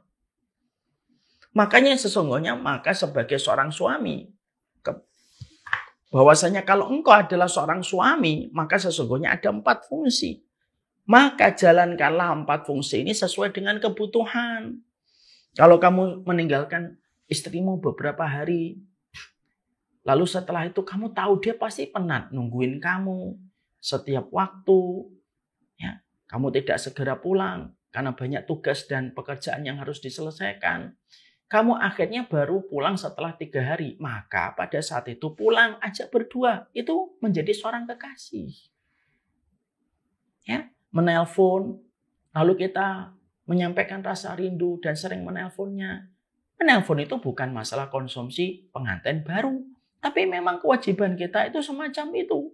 Itu menjadi kekasih. Apapun yang kita temukan di jalan, apapun kondisi yang sedang kita rasakan, kita ceritakan kepada istri. Karena kita menganggapnya itu menjadi partner. Kalau ada masalah kita minta pertimbangannya, itu menjadi partner. Sebagaimana Nabi pernah meminta kepada Ummu Salamah. Bagaimana menyikapi para sahabat pada waktu Hudaybiyah. Ketika para sahabat tidak mau mengikuti Nabi untuk memotong kambing. Lalu Ummu Salamah memberikan advice kepada Rasulullah. Potong kambing sendiri dengan tanganmu ya Rasulullah. Nanti pasti sahabat-sahabatmu akan ngikutin dirimu. Karena mereka tidak tega meninggalkan nabinya memotong kambing sendiri. Dan direalisasikan oleh Nabi. Dan akhirnya Masya Allah. Akhirnya ketika direalisasikan oleh baginda Nabi SAW, para sahabat itu ngikutin. Itulah yang menjadi partner. Jadi dalam kehidupan kita harus paham. Bahwasanya pada kehidupan kita menjadi seorang suami, kehidupan kita menjadi seorang suami itu harus dipenuhi dengan kemampuan membagi peran. Peran suami, peran kekasih, peran partner, dan peran bapak dari anak-anak kita. Ya, itu yang ke-8. Yang ke-9 yaitu adalah kita harus mengasah banyak keterampilan. Ya, kita harus mengasah banyak keterampilan. Setidaknya ada 7 keterampilan yang harus kita miliki sebagai seorang suami. Apa saja kita mengasah keterampilan? Nah, disinilah ada kaitannya dengan sisi lain pernikahan yang kemarin pada hari yang ke-7 kita bahas. Pada hari yang ke-7 kan kita bahas sisi lain pernikahan. Kadang-kadang pernikahan itu tidak cukup hanya dengan kesolihan. Karena pernikahan itu terkadang membutuhkan banyak keterampilan. Lah setidaknya ada 7 keterampilan yang harus kita pahami sebagai seorang suami. Ya, ini bagi yang mau nikah dengerin, bagi yang sudah menikah juga dengerin. Apa 7 keterampilan yang harus dimengerti oleh seorang suami? 1. Keterampilan mendengar. Ini merupakan salah satu keterampilan penting yang harus dimengerti dan harus dipahami seorang suami. Jangan banyak ngomong. Apalagi ketika istrinya lagi dalam kondisi kesel, ngomong panjang lebar, kamu ngomongnya lebih banyak daripada omongan istrimu. Tidak boleh itu. Banyak dengar. Dan belajarlah diam kalau istri kita lagi banyak ngomong. Kan? Saya kemarin 2 hari yang lalu kan ngomong kan, salah satu ulama pernah ditanya, gimana rahasia tipsnya supaya pernikahan kami bertahan lama? Banyak diam. Maka sesungguhnya keterampilan itu ada 7. Keterampilan yang pertama, keterampilan banyak mendengar. Mendengar. Terutama waktu privasi bagi seorang wanita itu waktu malam. Ya, waktu malam itu habis Isya itu sudah menjadi waktu milik keluarga. Makanya saya semenjak pandemi dan sampai lepas pandemi, saya tidak mau lagi memberikan jadwal malam. Ya, karena apa? Ya, waktu malam itu waktu kita bersama dengan keluarga kita. Disitulah ada kemampuan mendengar. Berlatihlah untuk mendengar. Tapi jangan hanya diem, tidak memberikan respon. Itu juga nanti jadi masalah. Diem doang. Paham nggak, Bi? Iya. Dari tadi iya aja. Harus ada respon. Karena mereka makhluk yang membutuhkan jawaban verbal. Ya, maka sesungguhnya banyak mendengar. Setiap dia ngomong, kasih waktu. Terkadang kalau seorang wanita sudah cerita banyak, kadang-kadang dia tidak membutuhkan masukan dan nasihat kita. Ya sudah, responnya itu yang sesuai dengan apa yang dia mau dulu. Oh begitu ya, benar kok, nggak apa-apa. Gitu. Karena ketika dia sedang meluap-luap menyampaikan sesuatu, lalu kita cut, ya, maka itu akan melukai hatinya. Mosok gitu aja terluka. perempuan itu makhluk perasaan. Pertama, banyak mendengar. Keterampilan yang kedua, keterampilan bercanda. Ini termasuk salah satu di antara keterampilan yang harus dimiliki oleh seorang suami. Kenapa? Karena istri kita semenjak menikah, dia itu kayak tawanan dia. Kemana-mana harus minta izin. Dia tidak bisa lagi kumpul-kumpul sebagaimana dulu dia kumpul dengan teman-temannya. Tingkat pressure-nya itu tinggi, stresnya juga sangat tinggi sekali. Depresi bisa dia dapatkan dari unsur mana apa aja. Maka akhirnya salah satu yang kita harus paham itu adalah kemampuan bersanda. Makanya maaf ya, kita tidak apa-apa kok kelihatan agak-agak blow on gitu di depan istri kita. Selama itu bisa mengundang gelak tawanya, maka ketenangan yang didapatkan itu impact-nya kembali juga kepada kita. Jadi jangan menjadi suami itu yang langsung membangun haibah. Haibahnya itu dibangun dengan kaku gitu loh. Istri itu melihat suami itu ketakutan gitu. Maka sesungguhnya ketika kita melihat kehidupan baginda Nabi Shallallahu Alaihi Wasallam itu Nabi itu luas sekali, sehingga para istrinya itu di satu sisi memberikan respek, tapi di satu sisi dia merasa nyaman dengan Rasulullah. Makanya kemampuan untuk bercanda itu penting. Kita misalkan baca satu ini, terus kita ngomong sama istri kita. Saya itu sering sekali ngumpulkan materi-materi bercanda-bercanda apa gitu. Terus nanti ketika pas lagi ngobrol, saya sampaikan bercanda-bercanda itu. Lalu akhirnya membuat gelak tawa. Ya, maka itu yang menjadikan akhirnya kita harus paham. Belajar untuk menjadi seorang suami yang humoris. Ya, tidak perlu kita sekelas Sri Mulat. Tidak usah lah. Simpel-simpel saja. Yang tampaknya itu sederhana gitu. Tetapi akhirnya menjadikan istri kita itu merasa nyaman, bisa ketawa. Bisa ketawa sama suami itu merupakan sebuah kenikmatan bagi seorang wanita. Dan itu keterampilan kedua. Keterampilan untuk bercanda. Keterampilan yang ketiga yaitu adalah keterampilan untuk memasak. Maaf kok keterampilan masak? Salah. Keterampilan mengatur kata. Keterampilan mengatur kata ini termasuk salah satu di antara keterampilan yang harus dimiliki oleh seorang laki-laki, seorang suami. Keterampilan mengatur kalimat. Karena apa?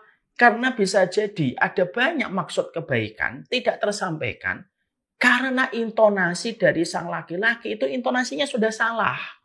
Nadanya sudah salah. Makanya betul saya pernah mendengar sebuah kajian.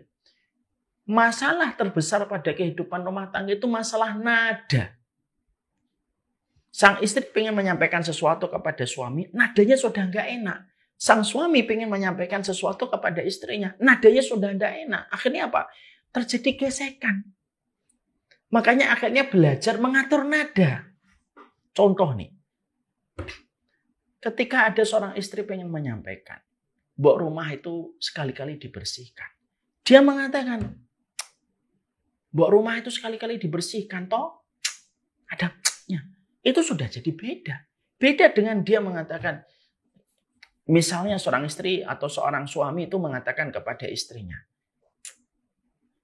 gimana ya kalau rumah ini dalam kondisi bersih, lapang gitu, dan saya akan siap membantu sesuai dengan apa yang bisa gitu. Itu penerimaan seorang istri itu akan jadi berbeda.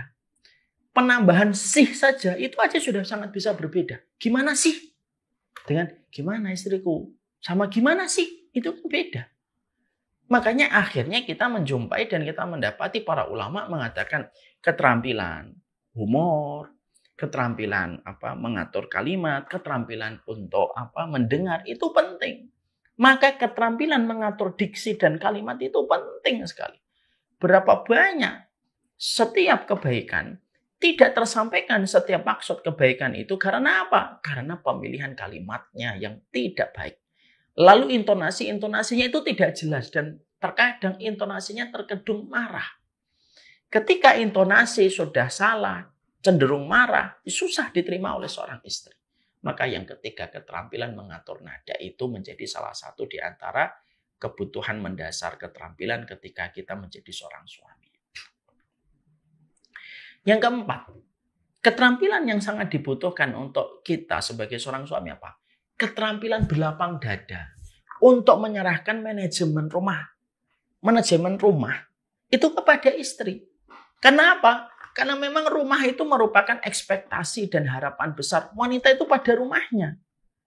Makanya seorang laki-laki harus paham. Kata Imam Ahmad kepada putranya Abdullah, "Nah, nanti kalau kamu nikah, urusan rumah biar diatur sama istrimu. Kalau kamu ikut-ikutan ngatur rumahmu, kamu membangunkan singa bangun dari tidur. Kamu membangunkan singa bangun dari tidurnya." Maka yang keempat yang kita harus pahami sebagai seorang suami itu apa? Kalau kamu menjadi seorang suami, butuh keterampilan ngalah untuk masalah rumah. Dia naruh ini di sini, dia naruh ini di sini, dia naruh ini di sini, naruh ini di sini. Ini biar diatur sama dia. Kamu udah usah ikut-ikutan atau sudahlah pulang ke rumah selama dia senang, lapang hati kamu, maka ridhoi. Enak nanti pulangnya. Tapi kalau kamu di rumah, kamu merasa membangun dan kamu yang atur sesuai kemauan kamu. Misalkan kamu suka warna biru, istrimu tidak suka warna biru, lalu kamu cat rumah itu biru. Saya yakin itu tiap hari kayak bom waktu kamu akan berjalan. Makanya keterampilan apa? Keterampilan mengalah. Bahwasanya kalau kita punya rumah, kita serahkan aja kepada istri kita untuk ngatur. Karena itu singgasana dia. Tidak ada ekspektasi dan permintaan dia yang paling tinggi kecuali itu pengen dapat rumah. Memang itu keinginan dia yang tertinggi itu pengen dapat rumah. Makanya kalau dia dapat rumah walaupun masih ngontrak, biarkan dia yang ngatur. Jadi nanti kalau kita ditanya gitu, gimana Bi rumah ini? Udah bagus kok. Kamu yang ngatur ya? Iya, udah bagus nih, cocok. Selama kamu cocok, aku cocok. Senyamannya dia aja. Maka apa? Laki-laki tuh nggak usah ribet gitu loh. Nggak usah ikut-ikutan pada sesuatu yang memang kita juga tidak banyak di rumah. Yang paling banyak di rumah itu adalah istri kita. Makanya keterampilan mengalah. Di dalam mengatur, siapa yang mengatur rumah kita itu penting. Dan itu keterampilan yang keempat. Keterampilan yang kelima, yaitu adalah keterampilan ketika kita mampu untuk berhias. Jadi laki-laki itu harus berhias. Harus memakai pakaian-pakaian yang tampaknya itu bisa menawan dan bisa mempesona istri kita. Ya. Karena apa? Selama permintaan itu dan selama kita menggunakan perhiasan di dalam pakaian kita itu tidak menentang syariat itu penting. Karena Ibnu Abbas itu berkata, sebagaimana kamu ingin diperlakukan, sebagaimana kamu ingin istrimu berhias untuk dirimu, maka aku pun berhias untuk istriku.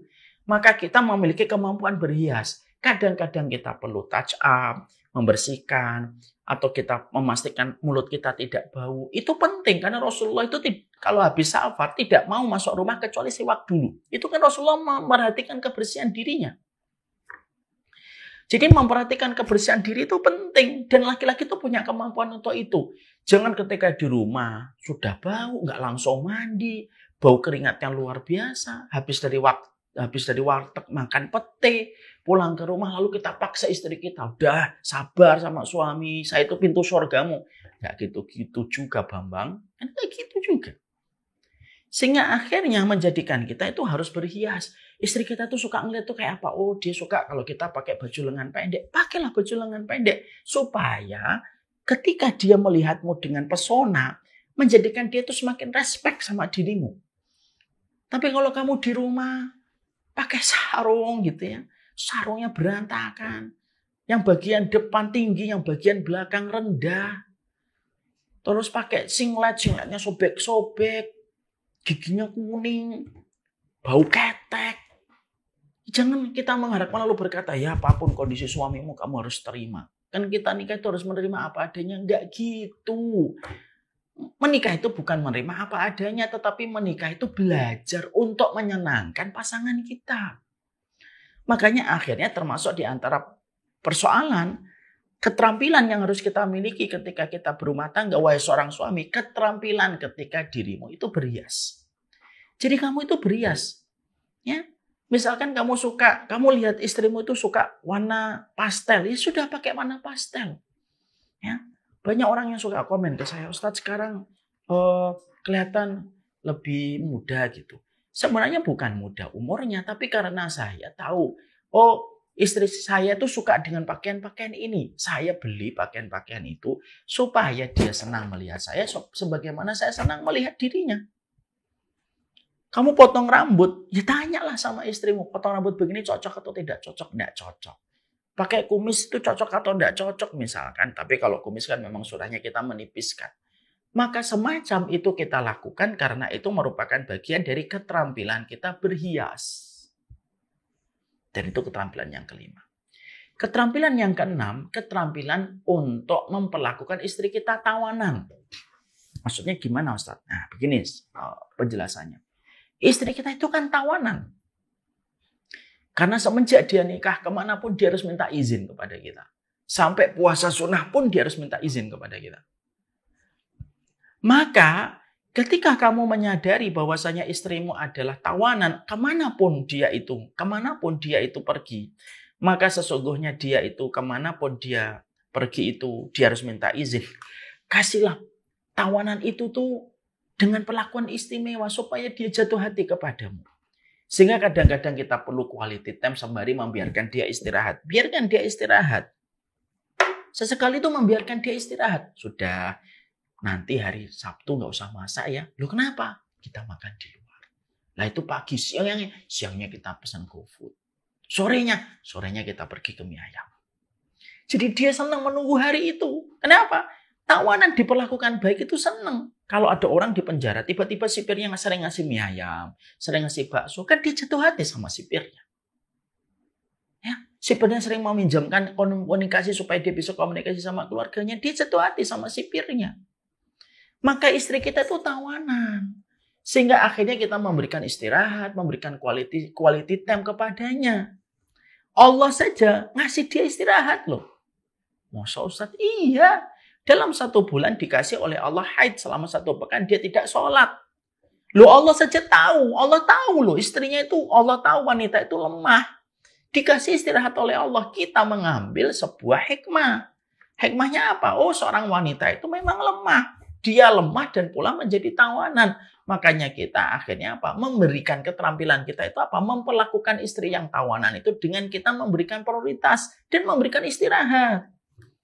Wah enak ya hari ini pagi makan ini, siang kita makan mie ayam, makan pesanan Gojek, kemudian sore kita makan mie ayam gitu. Dia nanti akan senang. Gelindot di kepala kita itu sudah menunjukkan bahwasannya dia bahagia. Tidak perlu setiap hari, seminggu sekali atau 2 minggu sekali sudah cukup. Sehingga dia merasa apa? Bersamamu, aku tidak merasa terkekang. Dan itu yang penting, keterampilan memperlakukan tawanan. Kemudian yang ketujuh, keterampilan yang penting di dalam kehidupan seorang laki-laki itu apa? Keterampilan yaitu adalah memahami bengkoknya istri dengan segala ritme persoalan yang ada. Ini sudah ada pembahasan sebelumnya. Maka ini yang menjadikan kita akhirnya memahami betul ya. Sesungguhnya ada 7 keterampilan yang harus kita pelajari, harus kita asah, harus kita lahirkan pada kehidupan kita berkeluarga karena ini termasuk salah satu di antara keterampilan seorang suami pada keluarganya. Kemudian yang ke-10. Yang ke-10 itu adalah bagaimana ketika kita memahami seorang wanita itu ketika seorang wanita itu harus kita pahami karakter dasarnya itu apa. Ada sebuah riwayat yang menarik. Ada saat Rasulullah itu pernah perjalanan dari luar kota Madinah masuk ke Mekah, dari Madinah ke Mekah. Tiba-tiba ketika beliau itu melihat ada segerombolan gajah ingin masuk ke kota. Ada kuda yang tiba-tiba mogok ketika akan memasuki Mekah. Rasulullah SAW lalu berkata, kuda ini mogok karena ada sesuatu yang menahannya sebagaimana dulu gajah mogok ketika akan memasuki Makkah untuk menghancurkan Ka'bah. Yang indah dari hadis ini itu apa? Ternyata Nabi itu memahami karakter. Sampai binatang pun dipahami karakternya. Maka sama bahwasanya kehidupan kita bersama istri kita itu seorang suami, kita itu harus memahami karakter dasar seorang wanita itu apa yang menjadi istri kita. Misal, karakter istri kita introvert, tertutup dan penutup. Ya sudah, tidak usah dipaksa. Dia ketemu orang setiap hari. Dia ngomong, saya kalau ketemu orang itu capek, letih. Ya sudah, itu namanya kamu itu memahami, oh itu karakter dasarnya istri saya itu adalah introvert. Sehingga saya tidak memaksa dia pergi menemani saya setiap hari. Kenapa? Kalau saya memaksa dia untuk pergi setiap hari bersama saya, dia kelelahan batinnya. Oh, suami saya ekstrovert. Dia tuh pingin untuk bersosialisasi dia. Nggak bisa lama-lama terus-terusan di rumah. Kasih gampang izin kepadanya untuk pergi selama memang dia pergi ke tempat-tempat yang memang aman. Dan tempat-tempat yang terhindar dari fitnah. Ini termasuk memahami karakter dasar.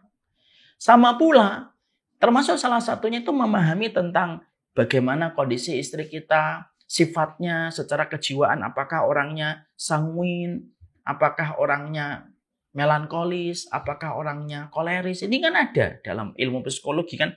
Oh, koleris bagaimana, sanguin bagaimana, melankolis itu bagaimana, kita pahami. Oh, sifatnya dia begini. Sebagaimana ketika kita juga harus memahami love language-nya dia itu apa. Karena love language itu kan beda-beda. Ada pelukan, ada service, ada quality time. Itu beda-beda. Kayak saya, love language saya itu adalah saya itu dipeluk dan saya itu mendapatkan service. Maka sesungguhnya itu menjadi salah satu hal yang kita harus berikan. Misalkan love language-nya istri kita itu adalah quality time. Ya sudah. Kita harus ngisi tangki kasih sayangnya. Kalau pas kita baca, dia sudah dalam kondisi turun itu tangki kasih sayangnya dan itu terlihat indikatornya dengan marah-marah sama anak. Kita isi dulu tangki kasih sayang dia. Nah, tangki kasih sayang orang tuh beda-beda. Ada yang dipeluk, ada yang diservis dengan khidmah, ada pula yang dengan waktu bersama. Itu semuanya harus kita pahami karakternya dari istri kita. Makanya menjadi seorang suami, never stop learning. Menjadi seorang suami itu tidak boleh berhenti untuk belajar. Dan di antara prioritas kita untuk belajar setelah kita belajar tentang Allah dan Rasul-Nya, belajarlah untuk mengenali karakter dasar yang ada pada istri kita. Itu yang ke-10. Yang ke-11 yang terakhir. Saya harus menyampaikan karena ini termasuk yang penting. Yang ke-11 adalah, janganlah engkau wahai para suami, suka bermain-main dengan perempuan yang bukan halal untukmu. Lalu kamu berselingkuh. Tapi ketika kamu berselingkuh, lalu kamu mengatasnamakan bahwasanya perselingkuhan itu atas nama poligami. Jangan. Banyak laki-laki karena dia membaca sudut pandang poligami, membaca hukum tentang poligami dengan sudut pandang yang salah ilmunya, menganggap bahwasanya poligami itu membolehkan seorang laki-laki untuk menjalin asmara dengan wanita selain dari istrinya. Lalu dia menghibur dirinya dengan mengatakan, ini bukan selingkuh, tapi ini adalah niatan untuk mempoligami dirinya. Saya katakan kepada setiap para suami, termasuk saya, poligami itu berat. Jangan engkau perberat dengan cara yang tidak benar ketika kamu memproses kata poligami. Seorang wanita mendapati suaminya melakukan hubungan, melakukan berbagai macam interaksi. Sampai akhirnya dia ketahuan. Maka sang istri tidak akan pernah menerjemahkan itu poligami. Tapi seorang istri akan menerjemahkan itu adalah perselingkuhan yang ketahuan duluan. Lalu diatasnamakan oleh seorang suami dengan atas nama poligami. Tidak gitu caranya kita. Dan saya harus menyampaikan kepada para suami. Kalau ada seorang suami yang mengatakan saya ingin berpoligami lebih baik minta maaf daripada minta izin. Tidak segampang itu. Apakah kita rela orang yang telah menjadi bagian hidup kita dan menjadi kehidupan separuh agama kita, lalu ketika ada urusan besar yang kita lakukan yang bernama pernikahan, lalu kita tidak beritahukan itu kepada istri kita? Mana letak kebijaksanaan kita sebagai seorang laki-laki yang telah menjadi suaminya? Walaupun memang secara fikih boleh menikah tanpa izin dari sang istri. Tapi poligami itu bukan hanya dilihat dari sudut pandang fikih. Ada sudut pandang kemakrufan. Makanya akhirnya inilah yang menjadikan kita paham. Banyak perempuan itu yang mengatakan poligami itu berat. Jangan diperberat dengan cara yang tidak benar. Karena banyak sekali yang tidak kita sadari. Banyak perempuan yang mereka terluka hatinya. Tapi sang suami tidak merasa melukai istrinya. Lalu mengatakan saya itu pengennya itu poligami. Tapi cara yang ditempuh salah. Dan itu bukan sesuatu yang ma'ruf. Wahai para suami. Makanya akhirnya, kalaupun akhirnya kita memutuskan untuk berpoligami, timbang dari segala macam sisi. Apakah itu keputusan baik dan tepat? Apakah istri kita sudah ngerti atau tidak? Sudah siap atau tidak? Bukan hanya masalah sekedar nikahnya. Tapi semua komponen itu harus kita pikirkan secara matang sebelum itu kita ambil. Tapi ingat, jangan pernah melakukan proses apapun dan interaksi apapun dengan seorang wanita. Lalu ketika itu terbuka dan ketahuan, lalu kita mengatasnamakan itu poligami. Karena itu tidak ma'ruf. Jadi inilah yang menjadikan kita akhirnya memahami betul bahwasanya pada kehidupan kita ternyata menjadi seorang laki-laki sisinya itu harus banyak yang harus kita pahami dengan baik. Tanpa kita sadar banyak sekali poin-poinnya yang kita akhirnya pelajari pada hari yang ke-8 ini. Fitnah terbesar seorang laki-laki ada perempuan. Jadi laki-laki yang mudah memberi ridho. Sabarmu kepada istri 2 kali sabar kepada orang biasa. Menjadi qawwam itu tidak harus kaku tapi terkadang harus luwes. Jangan pelit mengatakan cinta. Dosamu lebih berbahaya daripada dosa istrimu pada dampak keluarga. Belajarlah untuk sensitif. Belajarlah untuk menjadi suami, partner, kekasih, dan bapak dari anak-anakmu. Asalah dengan 7 keterampilan yang tadi kita sebutkan. Pahami karakter dasar istri kita. Sifatnya apa? Ekstrovert atau introvert? Orangnya misalkan apakah melankolis ataukah koleris? Itu harus kita pelajari. Dan kita harus tahu jawabannya. Dan yang terakhir, pahami bahwasanya jangan sampai perselingkuhan yang terjadi lalu di atas namakan poligami. Supaya kita tidak menjadi suami dan laki-laki yang akhirnya mencitrakan syariat Allah itu dengan citra yang buruk. Masya Allah, hampir 2 jam kajian kita hari ke-8 ini. Memang sangat panjang sekali, tapi memang begitulah pelajaran untuk memahami tentang istri kita. Semoga Allah memberikan rahmat untuk kita, dan semoga kita menjadi laki-laki yang ditolong oleh Allah ketika menjadi seorang suami. Kita saling mendoakan. Orang yang ngomong adalah orang yang berdarah-darah dan sedang berjibaku untuk memahami setiap poin per poin yang tadi kita pelajari bersama. Semoga Allah memberikan keberkahan dalam setiap urusan kita menjadi kepala rumah tangga. Semoga Allah memberikan kekuatan ketika kita menjadi seorang imam. Semoga kita menjadi imam yang bisa membawa keluarga kita menuju kepada Allah Subhanahu wa Ta'ala. Jazakumullah khair. Kita bertemu masih ada 2 hari. Hari yang ke-9 dan ke-10 kita berjumpa. Besok kita akan pelajari apa yang harus dimengerti dan dipahami seorang istri. Wassalamualaikum warahmatullahi wabarakatuh. Saya teruskan ngetik saya, menyelesaikan buku Me and My Half Team. Semua materi yang tadi kita sampaikan ada di buku yang sedang kami tulis. Jazakumullah khair. Subhanakallahumma wa bihamdika asyhadu an la ilaha illa anta astaghfiruka wa atubu.